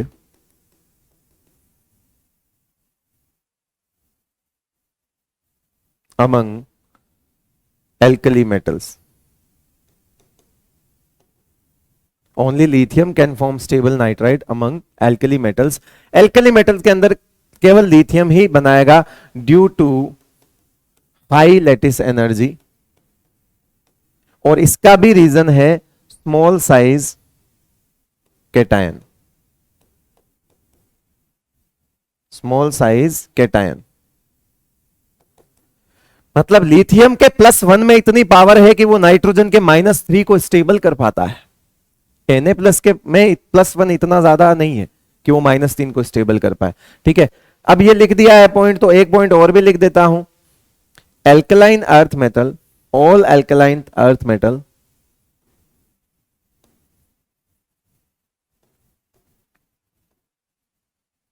can form stable nitride due to small size, high charge and high charge। देखो एल्कलाइन अर्थ मेटल में अगर आप बात करोगे तो इनकी साइज भी कंपैरेटिवली एल्कली मेटल से छोटी होती है। एल्कली मेटल मतलब लिथियम वाला ग्रुप, एल्कलाइन अर्थ मेटल का मतलब बेरिलियम वाला ग्रुप। हालांकि ये सारी बातें एस ब्लॉक की है, ये एस ब्लॉक की बात है हालांकि, लेकिन बेटा क्योंकि एस ब्लॉक में सारे मेटल हैं तो आयनिक बॉन्ड जो है वो रिलेटेड उन्हीं से चलता है बेटा। ठीक है, तो ये यहां पे मैंने लिख दिया all alkaline earth metals can form stable nitride due to small size, है ना। तो ये एग्जिस्ट ही नहीं करता, Na3n जो है वो एग्जिस्ट ही नहीं करता, डू नॉट एग्जिस्ट। अब क्यों नहीं करता, तो क्योंकि लेटिस एनर्जी कम है, due to very less lattice energy. ये लेटिस एनर्जी, इसका लेटिस बन ही नहीं पाता, स्ट्रॉन्ग लेटिस नहीं बनता तो एग्जिस्ट ही नहीं करता। तो हमने यहाँ पे ऑर्डर तो देख लिया लेटिस एनर्जी का, अब बाकी की बातें जो है वो मैंने आपको चीजें सिखाई दी है। चलिए इसको जल्दी से नोट करिए, 1 मिनट है आपके पास, जल्दी से नोट करिए इसको। हाँ भाई कर लिया नोट, चले आगे आ जाओ। लेटिस एनर्जी वाला कॉन्सेप्ट जो है वो सारा सीख लिया। लेटिस एनर्जी से रिलेटेड सवाल कैसे आ सकते हैं वो सारे इसी से पूछे जाते हैं बेटा। यहाँ पे किसकी कम किसकी ज्यादा ये सारा बता दिया। साथ ही मैंने थोड़ा सा आपको आइडिया दे दिया जो कि एस ब्लॉक की बात है, लिथियम ही स्टेबल नाइट्राइड बनाता है ड्यू टू स्मॉल साइज, जितने एल्कली मेटल्स हैं बाकी सारे कोई नाइट्राइड नहीं बनाएंगे। एल्कलाइन अर्थ मेटल बेरिलियम वाला ग्रुप सारे बनाएंगे, कोई दिक्कत वाली बात नहीं। चले आगे। हाँ, अगला टॉपिक है development of covalent character in ionic bond. मतलब कि आयनिक बॉन्ड में भी कोवेलेंट कैरेक्टर डेवलप हो सकता है। जिस तरह से कोवेलेंट बॉन्ड में आयनिक करेक्टर डेवलप हुए थे on the basis of electronegativity, कि इलेक्ट्रोनेगेटिविटी का डिफरेंस ज्यादा था तो पोलैरिटी ज्यादा थी तो परसेंटेज आयनिक करेक्टर ज्यादा आया था। याद है ऐसा अपन ने किया था। यहां पर भी कुछ ऐसा होता है। यह समझाया था एक साइंटिस्ट फजान जो थे, फजान साइंटिस्ट हुआ करते थे, उन्होंने एक समझाया। उन्होंने कहा कि बेसिकली होता क्या है, आप समझो कि यहां पर एक कैटायन होता है बेटा और एक क्या होता है, एनायन होता है। एक क्या होता है, एनायन होता है। अब आप बोलोगे कि सर दोनों पे प्लस क्यों बनाया, तो बेटा ये मैं लिख रहा हूं, ये कैटायन है और ये क्या है बेटा, एनायन है। ये दोनों का न्यूक्लियस है। ये क्या है, ये न्यूक्लियस है। ये न्यूक्लियस है। ऐसा नहीं कि इनको मैं एक को कैटायन है तो प्लस बना दी, ये न्यूक्लियस है। न्यूक्लियस तो दोनों के पास होगा। याद करो बचपन में पीरियोडिक टेबल में मैंने सिखाया था कि कैटायन का जेड इफेक्टिव ज्यादा होता है। कैटायन का जेड इफेक्टिव क्या होता है, ज्यादा होता है। जेड इफेक्टिव का मतलब है आउटर मोस्ट इलेक्ट्रॉन पे अट्रैक्शन लगाना। जेड इफेक्टिव का मतलब क्या है, आउटर मोस्ट इलेक्ट्रॉन पे अट्रैक्शन लगाना। कैटायन का मतलब है सीधा सीधा, कैटायन का मतलब है बेटा कि इसके पास प्रोटॉन ज्यादा है, इलेक्ट्रॉन कम है। प्रोटॉन ज्यादा है, इलेक्ट्रॉन कम है, यानी न्यूक्लियस जो है इसका पावरफुल होगा। न्यूक्लियस का काम क्या, अपने इलेक्ट्रॉन्स को अट्रैक्ट करना। न्यूक्लियस का काम क्या, अपने इलेक्ट्रॉन्स को अट्रैक्ट करना। यहां पे इसके पास भी इलेक्ट्रॉन है, इलेक्ट्रॉन इलेक्ट्रॉन इलेक्ट्रॉन, इस तरह से इलेक्ट्रॉन होंगे। यहां पर इसके पास भी इलेक्ट्रॉन है जो कि सिमेट्रिकली अरेंज्ड है। जब ये दोनों आपस में अट्रैक्शन दिखाते हैं, दोनों आपस में लैटिस में आते हैं, अट्रैक्शन दिखाते हैं प्लस और माइनस, तो कैटायन भाई साहब की नीयत बिगड़ने लगती है। कैटायन की क्या करने लगती है, नीयत बिगड़ने लगती है। नीयत बिगड़ने का मतलब है ये अपने इलेक्ट्रॉन के साथ साथ पड़ोसी के इलेक्ट्रॉन का ध्यान भी रखने लगता है। ये अपने इलेक्ट्रॉन के साथ साथ पड़ोसी के इलेक्ट्रॉन का भी ध्यान रखना स्टार्ट कर देता है। इसका मतलब हुआ कि ये बेचारा आदत से मजबूर, क्योंकि इसका जेड इफेक्टिव ज्यादा, ये इलेक्ट्रॉन को अपनी तरफ अट्रैक्ट करना चाहता है, इसलिए जैसे ही ये एनायन के पास आएगा, एनायन के इलेक्ट्रॉन क्लाउड को भी अपनी तरफ खींचना स्टार्ट कर देगा। आदत से मजबूर है, क्या कर सकते। तो इसको प्लस ज्यादा है तो इसको माइनस ज्यादा पसंद आएगा। अब आदत से मजबूर है, कहता है अपने घर का तो ध्यान रखूंगा लेकिन नजर पड़ोसी पे भी रखूंगा। ठीक है, तो बताओ जब ये पड़ोसी पे नजर रखना स्टार्ट करेगा, पड़ोसी पे नजर रखना स्टार्ट करेगा, तो कुछ कंडीशन ऐसी बन जाएगी बेटा कि ये रहा आपका प्लस, ये रहा, इसी कलर से बनाता हूं ताकि आपको समझ में आ जाए। ये रहा आपका प्लस न्यूक्लियस वाला, ये आपका कैटायन जो कि ऐसे और ऐसे कर लिया इस बार, और इस बार अपन ने यहां पर एनायन कुछ इस तरह से बना लिया। एनायन कुछ जो है वो इस तरह से बना लिया, यानी कि यहां पर ये माइनस माइनस माइनस माइनस जितने इलेक्ट्रॉन है ना, ये सारे यहां गए, तो यहां पर पॉजिटिव चार्ज थोड़ा ज्यादा आ जाएगा। यहां पर पॉजिटिव चार्ज, यानी इस पर डेल्टा प्लस आ गया और इस वाले सिरे पर इसके क्या आ गया, डेल्टा माइनस आ गया। ठीक है, इसको बोलते हैं डिस्टोर्टेशन। क्या बोलते हैं इसको, डिस्टोर्टेशन। मतलब कि इसका इलेक्ट्रॉनिक क्लाउड और इसका इलेक्ट्रॉनिक क्लाउड आपस में मर्ज हो गए। इसका इलेक्ट्रॉनिक क्लाउड और इसका इलेक्ट्रॉनिक क्लाउड आपस में मर्ज हो गए। ये जो इसका इलेक्ट्रॉनिक क्लाउड था, ये जो इसका इलेक्ट्रॉनिक क्लाउड था, पहले एकदम सिमेट्रिकल था, लेकिन यहां पर इसके, यहां पे लिखेंगे डिस्टोर्टेशन, distortion in electronic cloud of anion, distortion in electronic cloud of anion, या फिर इसका एक वर्ड नाम होता है पोलराइजेशन। क्या बोल देते हैं बेटा इसको, पोलराइजेशन। ये क्या हो गया, पोलराइज हो गया। पोलर का मतलब क्या होता है, दो पोल डेवलप हो जाना। बेटा यहां पर किसका पोलराइजेशन हुआ है, polarization of anion, polarization of anions electron cloud, ये भी लिख सकते हो, polarization of anions electron cloud, क्योंकि वो पूरा पहले सिमेट्रिकल था, पोलैरिटी नहीं थी उस इलेक्ट्रॉन की क्लाउड में, लेकिन अब उस इलेक्ट्रॉनिक क्लाउड में पोलैरिटी आ गई, क्योंकि माइनस माइनस इलेक्ट्रॉन इधर ज्यादा आ गए, क्योंकि ये भाई साहब खींचने वाले हैं। इसको बोलते हैं पोलराइजेशन। अब मुझे बताओ, पोलराइजेशन जब हुआ बेटा, तो क्या इसका इलेक्ट्रॉन और इसके इलेक्ट्रॉन क्लाउड का क्या मर्जिंग हुई? मुझे बताओ, इलेक्ट्रॉन कहां पड़े होंगे, ऑर्बिटल में पड़े होंगे, मतलब कहीं न कहीं यहां पर ऑर्बिटल ही तो मर्ज हुए होंगे। इलेक्ट्रॉन कहां रखे होंगे, ऑर्बिटल्स में रखे होंगे, और दो इलेक्ट्रॉनिक क्लाउड का मर्ज होने का मतलब है कहीं कहीं सोचो कोसा कैसा कैसा महसूस हो रहा है आपको कि इलेक्ट्रॉनिक क्लाउड मर्ज हुए होंगे, मतलब ऑर्बिटल मर्ज हुए होंगे। क्या ऑर्बिटल की मर्जिंग हमने कोवेलेंट बॉन्ड में पढ़ी थी?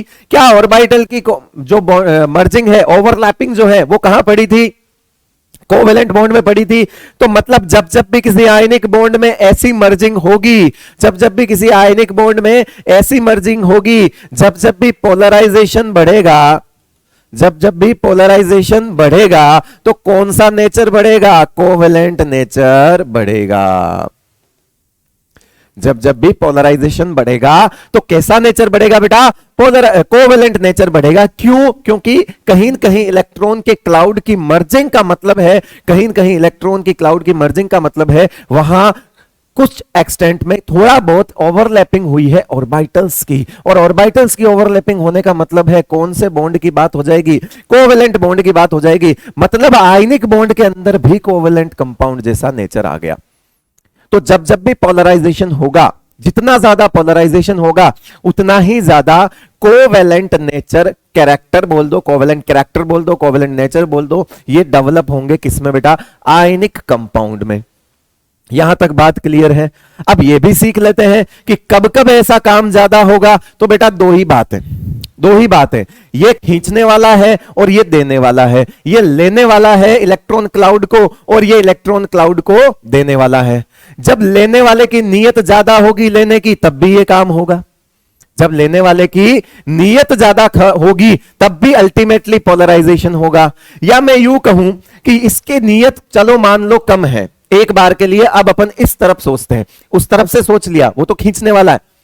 तो पोलराइजिंग पावर बोलते हैं जिसके लिए बात करते हैं हम पोलराइजिंग कैटायन की, कैटायन खींचने वाला है, तो इसके लिए क्या बोलेंगे? Polarising power. मतलब कैटायन की अगर पोलराइजिंग पावर ज्यादा है तब भी अल्टीमेटली पोलराइजेशन ज्यादा होगा, जो कि मैंने अभी तक समझाया। अब दूसरा सोचो, ये बेचारा बैठा है, मान लिया इसकी इतनी ज्यादा नीयत नहीं है, लेकिन पड़ोसी के नीयत देने की है।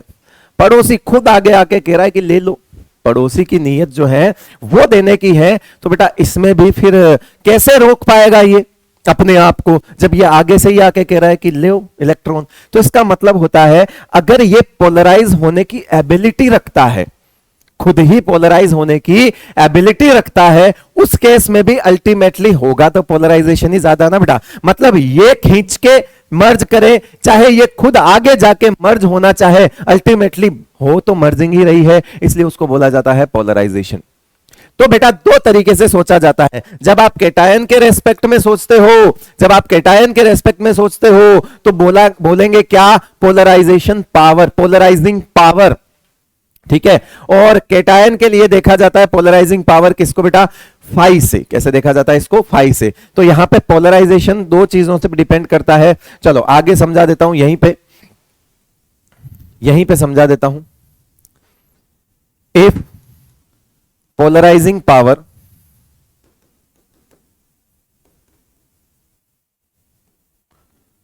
ऑफ कैटायन, ठीक है, पोलराइजिंग पावर किसके लिए? अच्छा एक काम करो, वो सब मैं आगे सिखा दूंगा। एक काम करते हैं, यहां पे सिर्फ इतना बता देता हूं कि अल्टीमेटली पोलराइजेशन बढ़ने से कोवेलेंट कैरेक्टर बढ़ेगा। एक चीज यहां बता देता हूं, पोलराइजिंग पावर किसके लिए देखी जाती है?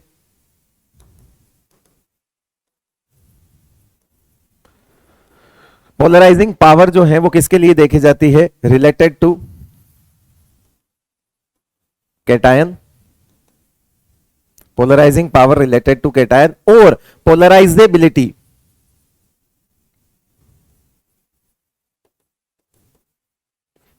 Is related to anion. चाहे पोलराइजेबिलिटी बढ़े चाहे पोलराइजिंग पावर बढ़े, अल्टीमेटली पोलराइजेशन ही बढ़ना है। किसका? एनायन के इलेक्ट्रॉनिक क्लाउड का। कैसे बेटा? पोलराइजिंग पावर बढ़ने का मतलब है ये ज्यादा खींचेगा तब भी मर्जिंग होगी, और पोलराइजेबिलिटी का मतलब पोलराइज होने की एबिलिटी, अगर इसमें पोलराइज होने की एबिलिटी ज्यादा है तब भी अल्टीमेटली पोलराइजेशन ही बढ़ेगा। तो याद रख लेना, यहां पर ये चीज लिख देना कि पोलराइजिंग पावर जो है फाई है, पोलराइजिंग पावर और पोलराइजेबिलिटी दोनों ही बढ़ने पर पोलराइजेशन बढ़ता है, और दोनों ही केस के बढ़ने पर कोवेलेंट नेचर बढ़ेगा। अब आगे सुन लो कि सर कब कब ऐसा काम होगा। तो पहले इसके रेस्पेक्ट में सोचते हैं, पहले इसके रेस्पेक्ट में सोचते हैं, केटायन के रेस्पेक्ट में सोचते हैं। सोचो इसका जेड इफेक्टिव केटायन का कब कब बढ़ेगा, जब इसकी साइज क्या होगी, छोटी होगी। छोटी साइज पर पॉजिटिव चार्ज ज्यादा डेंस होगा, छोटी साइज होगी तो इसका न्यूक्लियस और पावरफुल होगा। मतलब केटायन होना चाहिए स्मॉल, स्मॉल केटायन बहुत अच्छे से इसको खींच लेगा। ठीक है, एनायन के लिए साइज सोचो, जितना ज्यादा एनायन की साइज होगी उसकी जितना ज्यादा एनायन जो है बड़ा होगा, उसका इलेक्ट्रॉनिक क्लाउड उतना ही बड़ा होगा, और जितना इलेक्ट्रॉनिक क्लाउड बड़ा होगा केटायन उसको आसानी से ही खींच पाएगा। तो आपने दो चीजें अभी अभी सीख ली, केटायन होना चाहिए छोटा, एनायन होना चाहिए बड़ा। For the case, for the maximum polarization, for the maximum covalent nature, cation होना चाहिए छोटा और एनायन होना चाहिए बड़ा। समझ पा रहे हो, जितना ज्यादा छोटा होगा उतना ही अच्छे से खींच पाएगा, जितना ज्यादा बड़ा होगा उतना ही अच्छा डोनेट कर पाएगा अपने इलेक्ट्रॉन क्लाउड को, या यूं कहें उतना ही अच्छा पोलराइजेबिलिटी जो है वो ज्यादा होगी। अब देखो चार्ज पे भी सोच सकते हैं क्या सर, बिल्कुल सोच सकते हो। इस पर जितना ज्यादा चार्ज होगा और इस पर भी जितना चार्ज होगा, दोनों ही पोलराइजेशन को सपोर्ट करेंगे। सर ये कैसे बोल गए कि दोनों पे चार्ज है, तो दोनों उल्टा होना चाहिए ना सर। अरे बेटा इस पर चार्ज ज्यादा का मतलब है प्लस का ज्यादा होना, और इस पर चार्ज ज्यादा होने का मतलब है माइनस का ज्यादा होना। बेटा प्लस का ज्यादा होगा तो और छोटा होगा और पावरफुल होगा, माइनस ज्यादा होगा और बड़ा होगा और पोलराइजेबल बनेगा, पोलराइजेबिलिटी ज्यादा हो जाएगी, पोलराइज होने की एबिलिटी और ज्यादा हो जाएगी। मतलब तीन फैक्टर है। सोचो कायदे से सोचोगे तीन फैक्टर दिखेंगे, केटायन कैसा होना चाहिए, स्मॉल, एनायन कैसा होना चाहिए, लार्ज, दोनों पर चार्ज क्या होना चाहिए, हाई। तीन चीजें, केटायन पर प्लस हाई होगा तो भी हमारे लिए फायदा है, जल्दी जल्दी खींचेगा, और एनायन पर क्या होगा, माइनस ज्यादा होगा तो क्या होगा, वो जल्दी जल्दी डोनेट करेगा, अपने इलेक्ट्रॉन क्लाउड को देने की टेंडेंसी रखेगा। जो आपका पोलराइजिंग पावर होता है वो होता है बेटा, पोलराइजिंग पावर क्या होता है, मैं यहां लिख रहा हूं साइड में। केटायन के लिए देखते हैं हम, केटायन के लिए देखते हैं phi, phi is directly proportional to होता है चार्ज अपॉन रेडियस। अब इस बात से समझ आ गया होगा आपको कि पोलराइजिंग पावर केटायन की कब कब बढ़ेगी, जब वो छोटा होगा, क्योंकि phi is inversely related to radius. That means cation की रेडियस जितनी छोटी होगी, जितना वो छोटा होगा उतना ज्यादा पोलराइजिंग पावर होगी, और चार्ज जितना ज्यादा होगा उतनी ही ज्यादा क्या होगी, इसकी जो फाई है वो ज्यादा होगा। फाई किसके लिए देखेंगे बेटा, केटायन के लिए लिखेंगे, क्योंकि पोलराइजिंग पावर जो है वो वर्ड कभी भी आप एनायन के लिए नहीं लिख सकते, बिकॉज एनायन तो बेटा डोनेट कर रहा है अपने इलेक्ट्रॉनिक क्लाउड को, उसके लिए पावर नहीं, उसके लिए तो एबिलिटी की बात होगी कि कितना वो डोनेट करना चाहता है। समझ में आया यहां तक, आओ वही कंडीशन जो मैंने आपको समझाई लिखी हुई है, conditions for maximum covalent character. Cation कैसा होना चाहिए, स्मॉल केटायन, केटायन कैसा होना चाहिए बेटा, स्मॉल केटायन है। मतलब कि केटायन की साइज अगर कम होगी, है ना, केटायन की यहां पे लिखा हुआ है, केटायन की अगर केटायन की साइज अगर कम होगी तो फाई जो है वो ज्यादा होगा, और पोलराइजेशन जो है वो ज्यादा होगा, और उससे अल्टीमेटली कोवेलेंट कैरेक्टर जो है वो आपके ज्यादा होंगे। लार्ज एनायन, एनायन की साइज ज्यादा होगी, अगर लार्ज एनायन की साइज ज्यादा होगी तो पोलराइजेबिलिटी ज्यादा होगी, अल्टीमेटली यहां पर भी पोलराइजेशन जो है ज्यादा होगा, और फिर कोवेलेंट कैरेक्टर ज्यादा होगा। मतलब पोलराइजेशन जो है दोनों तरीके से बढ़ सकता है, फाई से भी बढ़ सकता है और पोलराइज होने की एबिलिटी से भी बढ़ सकता है। आपको यह ध्यान रखना है कि पोलराइज जो हो रहा है उसके लिए अपन पोलराइजिंग पावर वर्ड यूज नहीं कर सकते। पोलराइजिंग पावर हम उसके लिए यूज करेंगे, फाई हम उसके लिए यूज करेंगे जो असल में पोलराइज कर रहा है, तो वो तो केटायन का काम है ना बेटा। चलिए, high charge on cation, high charge on cation मतलब कि आप खुद बताओ कि केटायन पर अगर चार्ज बढ़ेगा, पॉजिटिव चार्ज इंक्रीज होगा, तो जेड इफेक्टिव जो है वो इंक्रीज होगा, तो उससे भी फाई बढ़ेगा, अल्टीमेटली कोवेलेंट कैरेक्टर बढ़ेगा। ठीक है, हाई चार्ज ऑन एनायन मतलब माइनस, जो आपका माइनस चार्ज है, माइनस चार्ज बढ़ेगा, है ना। एनायन के लिए कौन सा चार्ज बढ़ेगा, माइनस चार्ज बढ़ेगा। तो मुझे बताओ जेड इफेक्टिव जो है इसका क्या होगा, घटेगा, तो पोलराइजेबिलिटी वो इंक्रीज होगी, और पोलराइजेबिलिटी इंक्रीज होगी तो अल्टीमेटली कोवेलेंट कैरेक्टर बढ़ेगा। ठीक है, ये बीच में पोलराइजेशन वाला वर्ड मैंने यूज नहीं किया, यहां पे भी यूज कर सकते हो। पोलराइजेशन बढ़ेगा इसलिए कोवेलेंट बढ़ेगा, यहां पर भी पोलराइजेशन बढ़ेगा इसलिए कोवेलेंट बढ़ेगा। ठीक है भाई, तो एक ऑर्डर लिख रहा हूं मैं, समझना बात को, कि यहां पे आपके सामने लिखा हुआ है एफ माइनस से ज्यादा, Cl माइनस से ज्यादा, Br माइनस से ज्यादा, I माइनस। आप बताओ मुझे, इसमें माइनस तो सेम है, चार्ज तो सेम है, R माइनस इंक्रीज हो रहा है, तो पोलराइजेबिलिटी बढ़ रही है, पोलराइजेबिलिटी बढ़ रही है। तो ये पोलराइजेबिलिटी का ऑर्डर हुआ। आप कैटायन के लिए सोच सकते हो बेटा, कैटायन के लिए कैसे सोच सकते हो कि लिथियम है Li प्लस से Na plus K plus Rb plus Cs plus. ठीक है, अगर अपन इनकी बात करें तो इधर से इधर आने पर, इधर से इधर आने पर टॉप टू बॉटम आ रहे हो तो यहां पे Cs प्लस। अगर इधर से इधर आ रहे हो आप तो मुझे बताओ कैटायन की साइज जो है वो बढ़ रही है। कैटायन की साइज बढ़ने पर फाई जो है वो घट रहा है, तो टॉप टू बॉटम फाई हमेशा घटेगा, याद रखना। कैटायन की साइज बढ़ने पर फाई घट रहा है तो पोलराइजिंग पावर जो है वो घट रही है। तो इसका मतलब है यहाँ पे इनको क्या बोला जाता है बेटा, ये होते हैं लो फाई। ठीक है, ये कैसे कहलाते हैं, लो फाई। इनकी फाई को वैल्यू को सबसे कम मान लिया, लो फाई। इनको सबसे कम मान लिया, लो फाई। इसमें हाई फाई इसको मान लिया सिर्फ।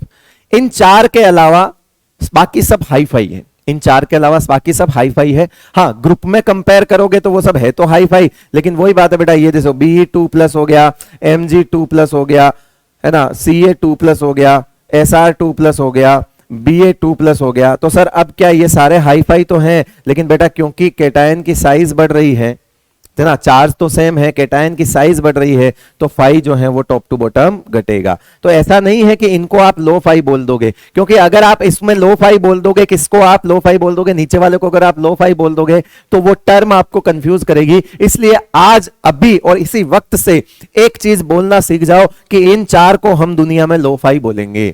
इन चार को हम दुनिया में क्या बोलेंगे, लो फाई। लो फाई मतलब क्या, वेरी लेस पोलराइजिंग पावर। और ये कैसा हो जाएगा बेटा आपका इस वाले ग्रुप में, हाई फाई। कैसा हो जाएगा, हाई फाई। तो यहां पे लिथियम प्लस हाई फाई है और बाकी जितने हैं दुनिया में वो सब हाई फाई है, सब हाई फाई है।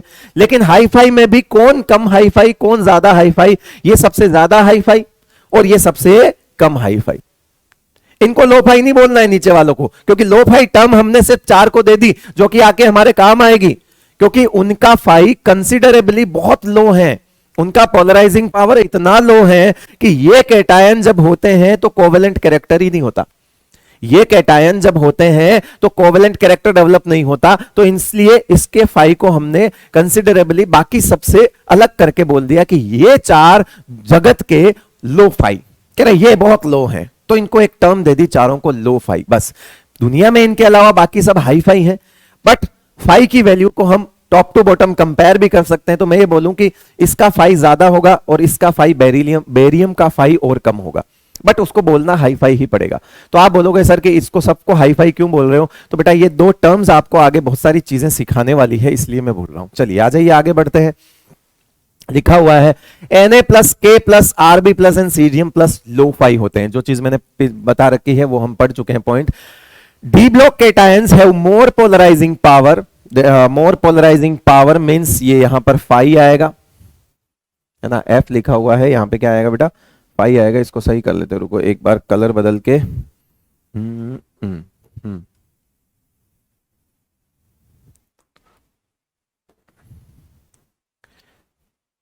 ये फाई की बात हो रही, मोर पोलराइजिंग पावर मतलब इनका फाई ज्यादा होगा देन एस ब्लॉक कैटायन। क्यों होगा, क्योंकि डी ब्लॉक वाले जो हैं उनकी साइज छोटी होती है। डी ब्लॉक की क्या होती है, साइज जो है वो कम होती। डी ब्लॉक कैटायंस की साइज क्या होती है, कम होती है। अगर साइज कम होगी तो फाई क्या होगा, ज्यादा हो जाएगा। इस वजह से इनका हमेशा एस ब्लॉक की तुलना में, एस ब्लॉक की तुलना में जब कभी भी डी ब्लॉक और एस ब्लॉक को कंपेयर करवाया हुआ और पूछा हो कि किसका फाई ज्यादा है, किसकी पोलराइजिंग पावर ज्यादा है, तो बेटा पोलराइजिंग पावर सीधा सीधा डी ब्लॉक की बोल देना ज्यादा है।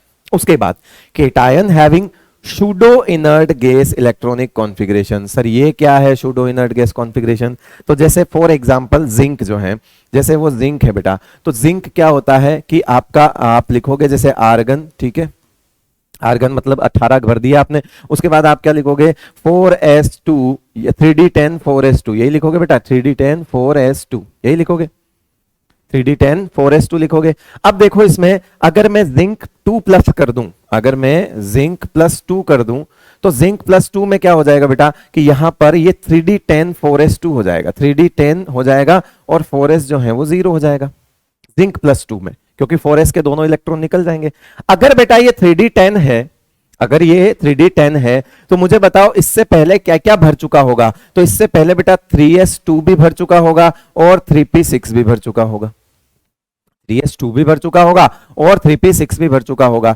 अब बताओ यहां पर बाकी अब कितने बच रहे हैं, आप खुद सोचो ये कितने हो गए बेटा 10। अब इनमें आप इसके लिए क्या लिख सकते हो, बाकी के लिए क्या लिख सकते हो, तो आप इसको ऐसे समझो, चलो मैं इसको थोड़ा और डिटेल में लिख देता हूं, है ना 1s2 2s2 2p6 3s2 3p6 3d10 4s2 है ना, हो गया। अब ये मैंने लिख दिया जिंक प्लस 2 के लिए, किसके लिए लिख दिया बेटा आपके लिए जिंक प्लस 2 के लिए। ये देखो इसकी सबसे आउटर मोस्ट अब कौन है, ये तो अब 0 हो गया, ये तो अब 0 हो गया। तो ऐसे कैटायन जिनकी आउटर मोस्ट में कितने इलेक्ट्रॉन हो 18 इलेक्ट्रॉन, फुल फिल्ड शेल, ठीक है, लाइक इनर्ट गैस, इसीलिए इसको बोला स्यूडो। स्यूडो का मतलब क्या होता है उसके जैसा, सूडो का वर्ड का मतलब क्या होता है लाइक, सूडो इनर्ट गैस।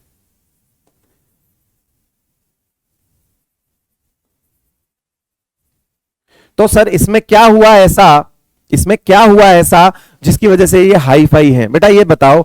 ये जो 3D इलेक्ट्रॉन्स हैं आपको सूडो इलेक्ट्रॉनिक कॉन्फ़िगरेशन में Zn+2 का अपन ने लिखा है, ये जो 3D इलेक्ट्रॉन्स हैं इनका क्या होता है सिग्मा बहुत कम होता है, पुअर शील्डिंग। क्या होता है पुअर शील्डिंग होने की वजह से सिग्मा जब जब भी कम होगा जेड इफेक्टिव ज्यादा होगा। तो इसका जेड इफेक्टिव जो है अगर ज्यादा होगा तो फाई भी क्या होगा ज्यादा होगा अल्टीमेटली। तो ये बोला जाता है कि cations having pseudo inert gas electronic configuration 18 electron in outer most phi is very high. क्यों, क्योंकि यहां पर ये जो डी के 10 इलेक्ट्रॉन है ना बेटा, सी के जो 10 इलेक्ट्रॉन है किसी काम के नहीं है, ठीक है, किसी काम के नहीं है। इनकी वजह से इसका जेड इफेक्टिव बहुत ज्यादा होता है। तो जिंक प्लस 2 का आप कॉन्फ़िगरेशन उठा के देखोगे तो बेटा आपको यहां पर ये चीज नजर आएगी, ये आउटर मोस्ट शेल में 18 इलेक्ट्रॉन। तो सर क्या केवल जिंक ऐसा हो सकता है, नहीं, बाकी सब भी सोच सकते हो आप, है ना, बाकी सब कॉपर +1 सोच लो आप, वो भी ऐसा ही होगा। कॉपर का +1 निकालोगे तो भी पीछे सब कुछ फिल होगा, है ना। कॉपर के नीचे वाला देख लो। तो कुल मिला के ये वाली शेल जो है डी ब्लॉक की कंप्लीट होनी चाहिए, ये वाली शेल केटायन की, इसकी नहीं। ये जिंक है तो जिंक में तो बेटा ये पूरा भरा हुआ है ही, मैं जानता हूं, लेकिन हम केटायन की बात कर रहे हैं ना, क्योंकि केटायन तो बनना पड़ेगा ना आयनिक बॉन्ड के लिए। तो इसमें से मैंने 2 इलेक्ट्रॉन निकाल दिए तो 4s जो है वो 0 हो गया। अब मेरे पास जो आउटर मोस्ट इलेक्ट्रॉन बची वो पूरी फुलफिल्ड है, 18 है। इनर्ट गैस में 8 इलेक्ट्रॉन होते हैं, इनर्ट गैस में कितने इलेक्ट्रॉन होते हैं 8, फुलफिल्ड होता है।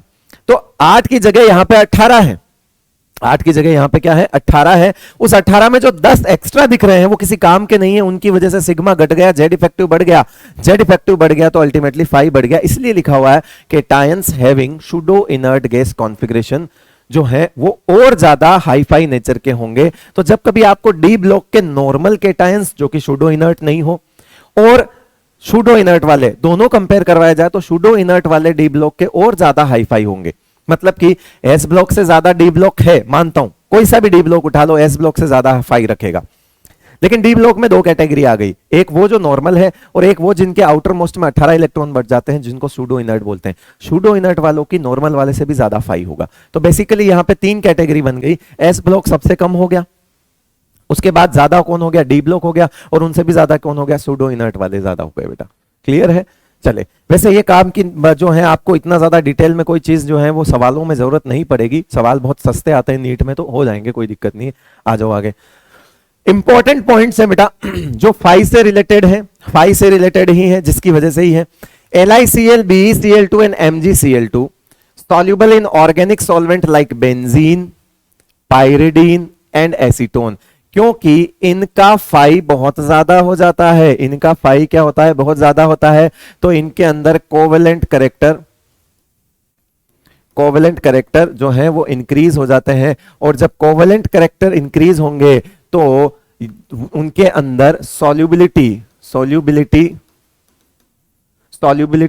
In organic non polar solvent वो भी इंक्रीज होती है। नॉन पोलर सॉल्वेंट कौन से होते हैं बेटा, ऑर्गेनिक सॉल्वेंट होते हैं। जो पानी होता है वो पोलर होता है। LiCl, BeCl2, MgCl2 इनका फाई बहुत ज्यादा होता है, मतलब इनके अंदर बहुत ज्यादा कोवेलेंट कैरेक्टर डेवलप हो जाते हैं, इनफैक्ट ये कोवेलेंट ही हो जाते हैं, है ना। आगे जाके BeCl2 का हम डाइमर देखेंगे, पॉलीमर देखेंगे S ब्लॉक में। तो डाइमर और पॉलीमर वगैरह बनाना बेटा किसकी जो टेंडेंसी होती है, तो कोवेलेंट कंपाउंड्स की टेंडेंसी होती है। अब कहने को तो बेटा ये मेटल और नॉन मेटल के बीच का बॉन्ड है, होना क्या चाहिए था, आयनिक। इनके अंदर इतने ज्यादा कोवेलेंट कैरेक्टर डेवलप हो गए कि ये खुद ही कोवेलेंट जैसे हो गए, और खुद ही कोवेलेंट जैसे हो गए तो फिर कोवेलेंट जैसा काम भी करेंगे। Like dissolves like, covalent compounds को नॉन पोलर माना जाता है as compare to ionic compounds, तो वो नॉन पोलर सॉल्वेंट में ज्यादा घुलते हैं, मतलब कि वो organic solvents like benzene, non polar, pyridine, acetone इनमें ज्यादा घुलना पसंद करते हैं, तो इनके अंदर इनकी सॉल्युबिलिटी भी बढ़ जाती है। तो आप ये बोलोगे क्या सर ये पानी में नहीं घुलते, मैंने ऐसा तो कहा ही नहीं, ये वाटर में भी सॉल्युबल होते हैं, लेकिन ये साथ साथ में इनके कोवेलेंट कैरेक्टर ज्यादा हो जाने की वजह से कुछ ऐसे सॉल्वेंट्स में भी घुलना स्टार्ट कर देते हैं। Halides of Ag, Hg and Pb almost insoluble in water. हाँ, इनका इतना ज्यादा फाई हो जाता है, इनके मतलब अगर बात करोगे AgCl है ना, HgCl, PbCl, तो इतने ज्यादा कोवेलेंट कैरेक्टर बढ़ जाता है तो पानी के अंदर सॉल्युबिलिटी घट जाएगी, पोलर के अंदर घट जाएगी। अगर नॉन पोलर के अंदर बढ़ रही है तो, नॉन पोलर के अंदर अगर बढ़ रही है तो पोलर के अंदर जो है वो घट जाती है। घटते घटते इनके क्लोराइड्स, ब्रोमाइड्स और आयोडाइड्स जो हैं वो इनसॉल्युबल होते हैं, ऑलमोस्ट इनसॉल्युबल हो जाते हैं वाटर में, है ना। इसको याद करने का तरीका है, आज होगा प्रभात के हैलाइड्स जो हैं वो पानी में नहीं घुलते हैं। याद करने का तरीका है बेटा, आज होगा प्रभात। आज वैसे ये सॉल्ट एनालिसिस वाली बातें हैं, है ना, प्रैक्टिकल चीजें हैं, कैटायन एनायन के टेस्ट में समझ में आता है, बट ठीक है हमको चीजें आ गई। Due to covalent character melting point of ionic compounds decreases. मैंने आज ही बताया है कि कोवेलेंट कंपाउंड्स का मेल्टिंग पॉइंट, कोवेलेंट कंपाउंड्स का melting point and boiling point जो है वो कम होता है किससे, आयनिक कंपाउंड से। Ionic compound melting point, boiling point, ठीक है।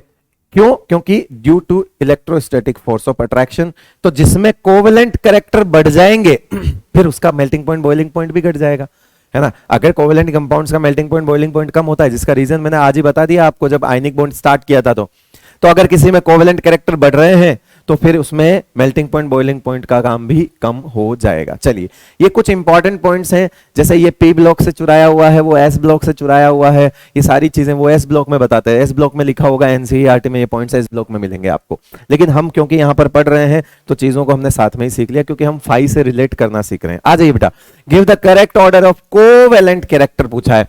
ये जितने सवाल मैं करवाऊंगा इनके डबल सवाल आपको हो जाएंगे, क्योंकि यहां मैं कोवेलेंट कैरेक्टर करवा रहा हूं।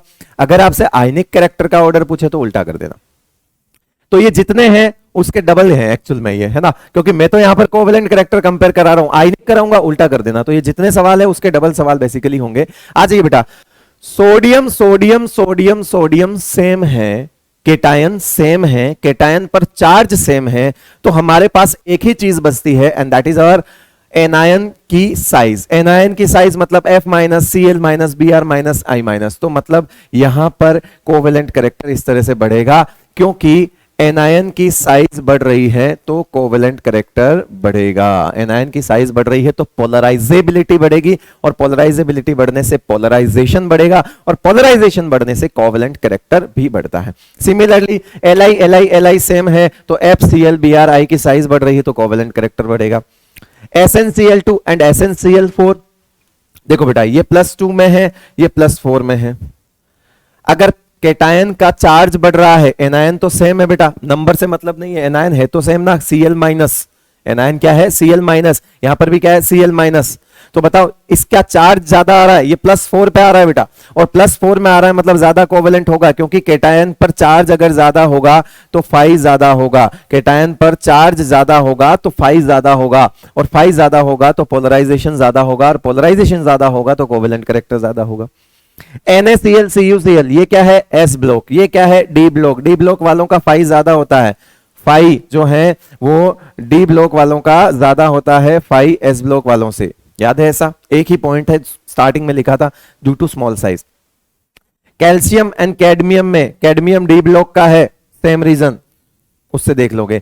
FeCl2 में Fe+2 है और FeCl3 में +3 है, बताओ ये ज्यादा हाई फाई होगा, मतलब +3 वाले का कोवेलेंट कैरेक्टर ज्यादा होगा, FeCl2 से ज्यादा FeCl3 का कोवेलेंट कैरेक्टर होगा।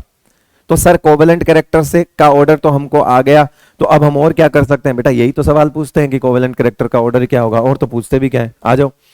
LF3 LCl3 LBr3, कुछ नहीं देखना, एल्यूमिनियम सेम है, FCl की साइज बढ़ रही है। NaCl S block, ZnCl2 D block, NaCl से ZnCl2 ज्यादा, SiCl4 तो बेटा ये है ही नॉन मेटल, ये तो प्योर कोवेलेंट है, ये तो प्योर कोवेलेंट है, और जो प्योर कोवेलेंट है वो तो मैक्सिमम होगा ही सही, इसमें आयनिक का कुछ है ही नहीं, प्योर कोवेलेंट है। इसके लिए तो पढ़ा है हमने कभी पढ़ा क्या ZnCl2 का हाइब्रिडाइजेशन sp होता है, नहीं पढ़ा ना। ZnCl2 होता आयनिक है, उसमें कोवेलेंट कैरेक्टर होता है। SiCl4 का हाइब्रिडाइजेशन तो निकाल दो, sp3 होता है, इसका हाइब्रिडाइजेशन sp3 होता है, टेट्राहेड्रल ज्योमेट्री होती है। तो बेटा जिसके लिए मैं टेट्राहेड्रल ज्योमेट्री बोल रहा हूं, हाइब्रिडाइजेशन बोल रहा हूं, मतलब वो तो कोवेलेंट कंपाउंड ही होगा ना, क्योंकि कोवेलेंट कंपाउंड्स में ही हाइब्रिडाइजेशन वगैरह की चीजें होती है। आपने कभी पढ़ा क्या NaCl का हाइब्रिडाइजेशन क्या होगा? बोल मत देना, किसी से पूछ तो बिल्कुल भी मत लेना, क्या पता उसको पता होगा, वो हंसेगा आपके ऊपर। चलो अगेन यहां पर covalent character increase increase increase increase increase increase, यही है वो आज होगा प्रभात, यही है वो आज होगा प्रभात। अगर आपको इसमें वाटर के अंदर सॉल्युबिलिटी पूछे तो डिक्रीजिंग ऑर्डर कर देना, अगर इन तीनों की पानी के अंदर सॉल्युबिलिटी पूछे तो डिक्रीजिंग ऑर्डर कर लेना, AgF से कम AgCl AgBr AgI, क्योंकि कोवेलेंट कैरेक्टर अगर बढ़ रहा है तो पानी के अंदर सॉल्युबिलिटी घटेगी। इसीलिए आज होगा प्रभात के हेलाइड्स को, आज होगा प्रभात के हेलाइड्स को सबको क्या बोला है, पानी के अंदर ऑलमोस्ट इनसॉल्युबल बोला है बेटा। क्लियर है यहां तक? Correct order of covalent character की बात जो है वो हो गई है। चलिए अब बात करते हैं, एक बार ये नोट करिए, पहले जल्दी नोट करो।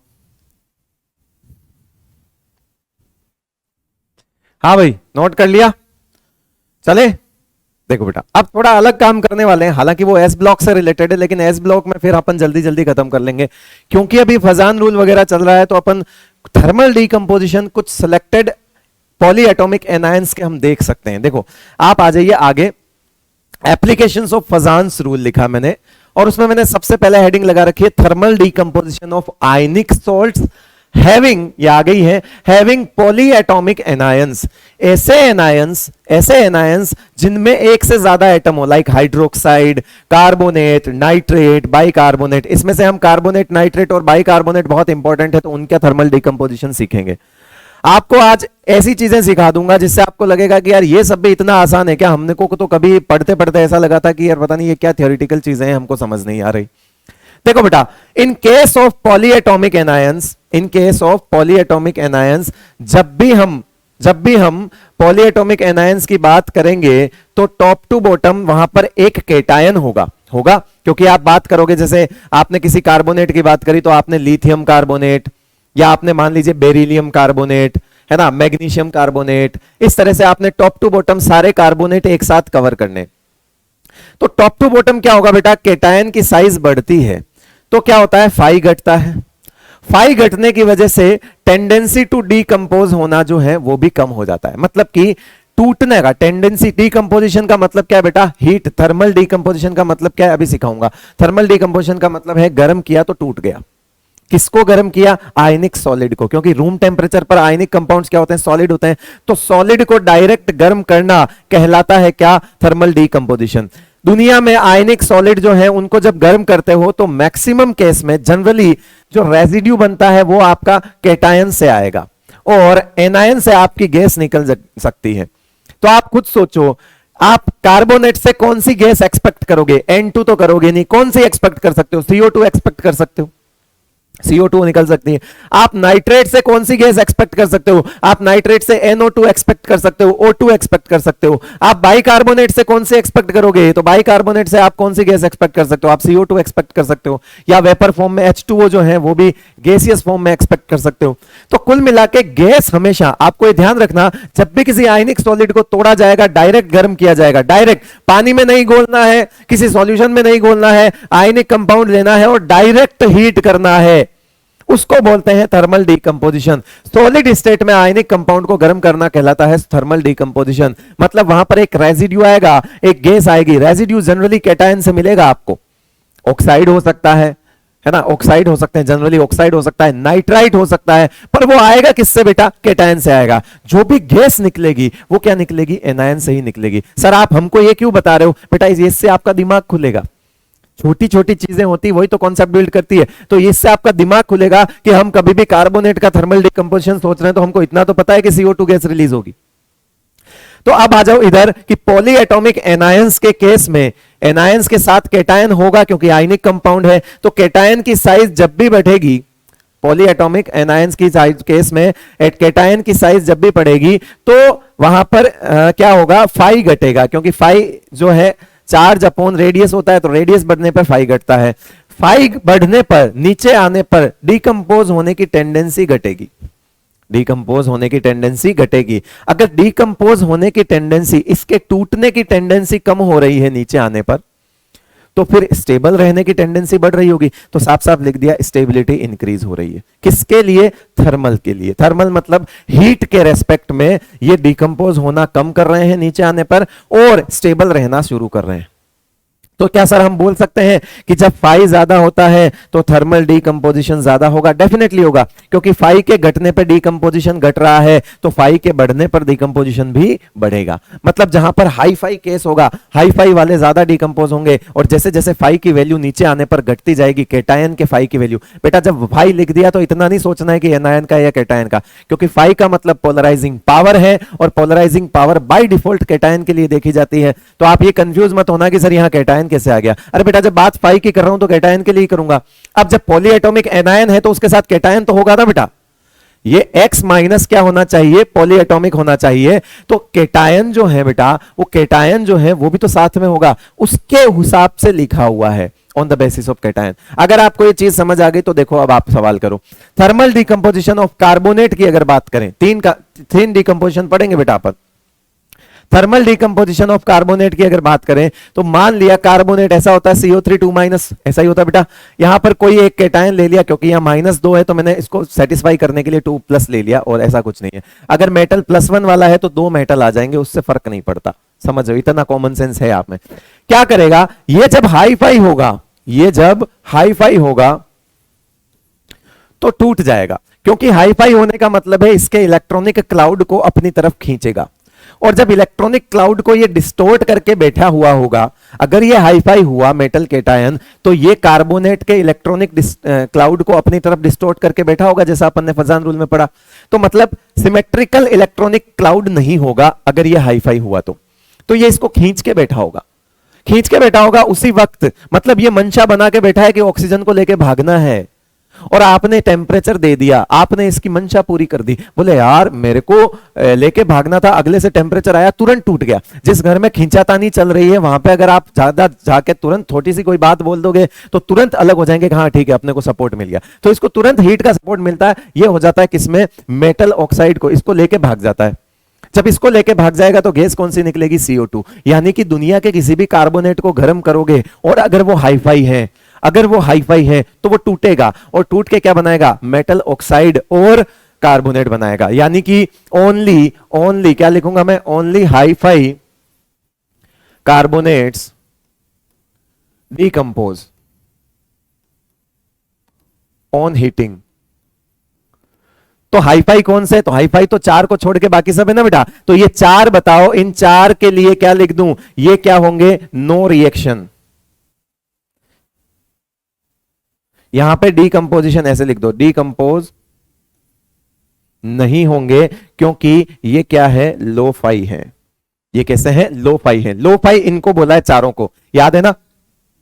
फिर इसका प्रोडक्ट बोलो। सर आपको समझ आ गया हो? अगर आपको समझ आ गया तो इसका प्रोडक्ट बोलो। मेटल का ऑक्साइड बनाना है और साथ में कौन सी गैस निकाल देनी है? CO2। इसका प्रोडक्ट बोलो। BO बनाना है, साथ में कौन सी गैस निकाल दी? CO2। MgO बनाना है, साथ में कौन सी गैस निकाल देनी है? CO2। बताओ CaO बनाना है, साथ में कौन सी निकाल दूं? CO2। SRO प्लस क्या? CO2। BaO barium oxide plus क्या? CO2। ये देखो इस तरह से आप लिख सकते हो। इस तरह से आपने चीजों को बिल्कुल आसान तरीके से सीख लिया। अगर मैं बात करूं इसमें भी अगर मैं बात करूं तो इसमें भी जरा सोच के बताओ मुझे कि इधर से ये इधर को अलग कर देते हैं कि इधर से इधर आने पर, ये अगर अपन इसकी बात करें, है ना, इधर से इधर जाने पर मुझे बताओ कैटायन की साइज क्या हो रही है? बढ़ रही है। तो फाई क्या होगा? घटेगा।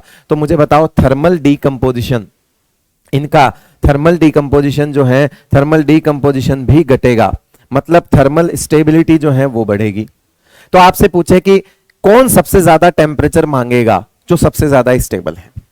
टूटेंगे, सभी टूटेंगे मैं जानता हूं, लेकिन टेम्परेचर तो अलग अलग हो सकता है ना बेटा। सबसे कम टेम्परेचर पे, इनफैक्ट ये रूम टेम्परेचर पे टूट जाता है। BeCO3 तो इतना हाई फाई है अपने ग्रुप में कि ये रूम टेम्परेचर पर ही टूट जाता है।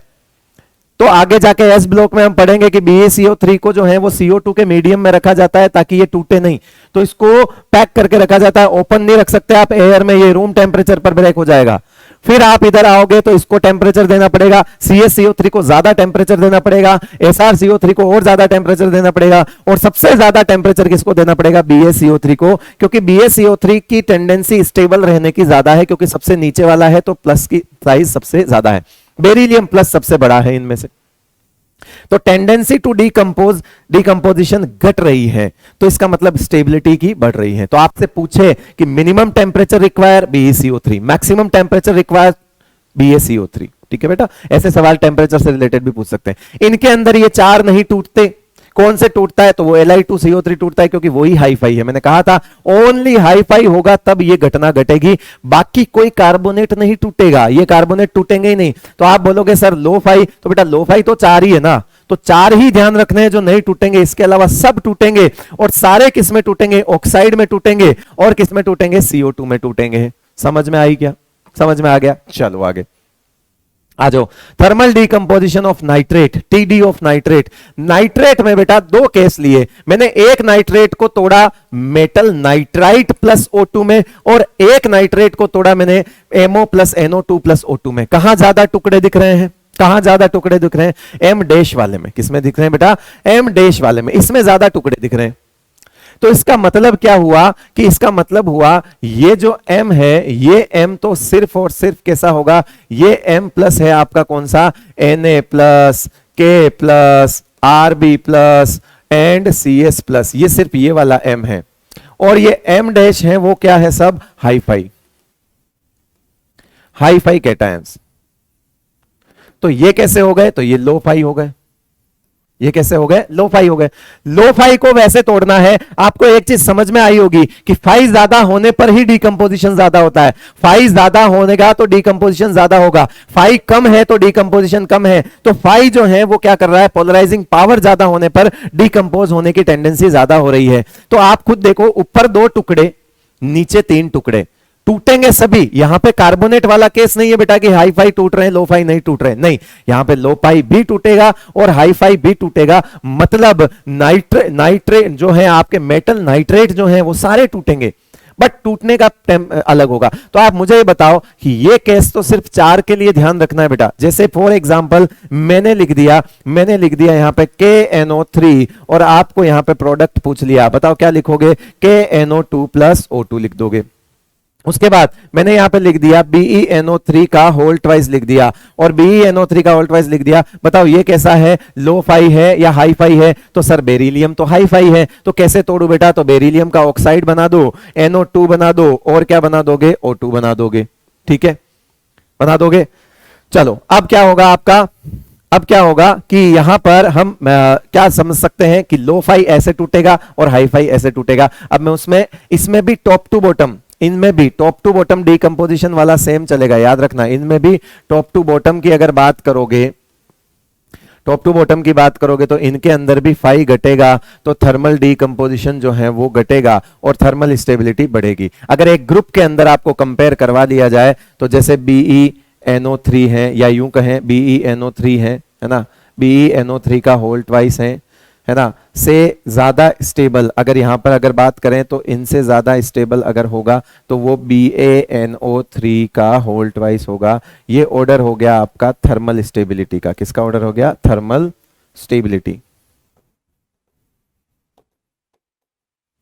ठीक है, तो बेरिलियम नाइट्रेट से लेके बेरियम नाइट्रेट तक क्या होगा? थर्मल स्टेबिलिटी बढ़ेगी, क्योंकि पॉलीएटॉमिक का मैंने इन जनरल बता दिया।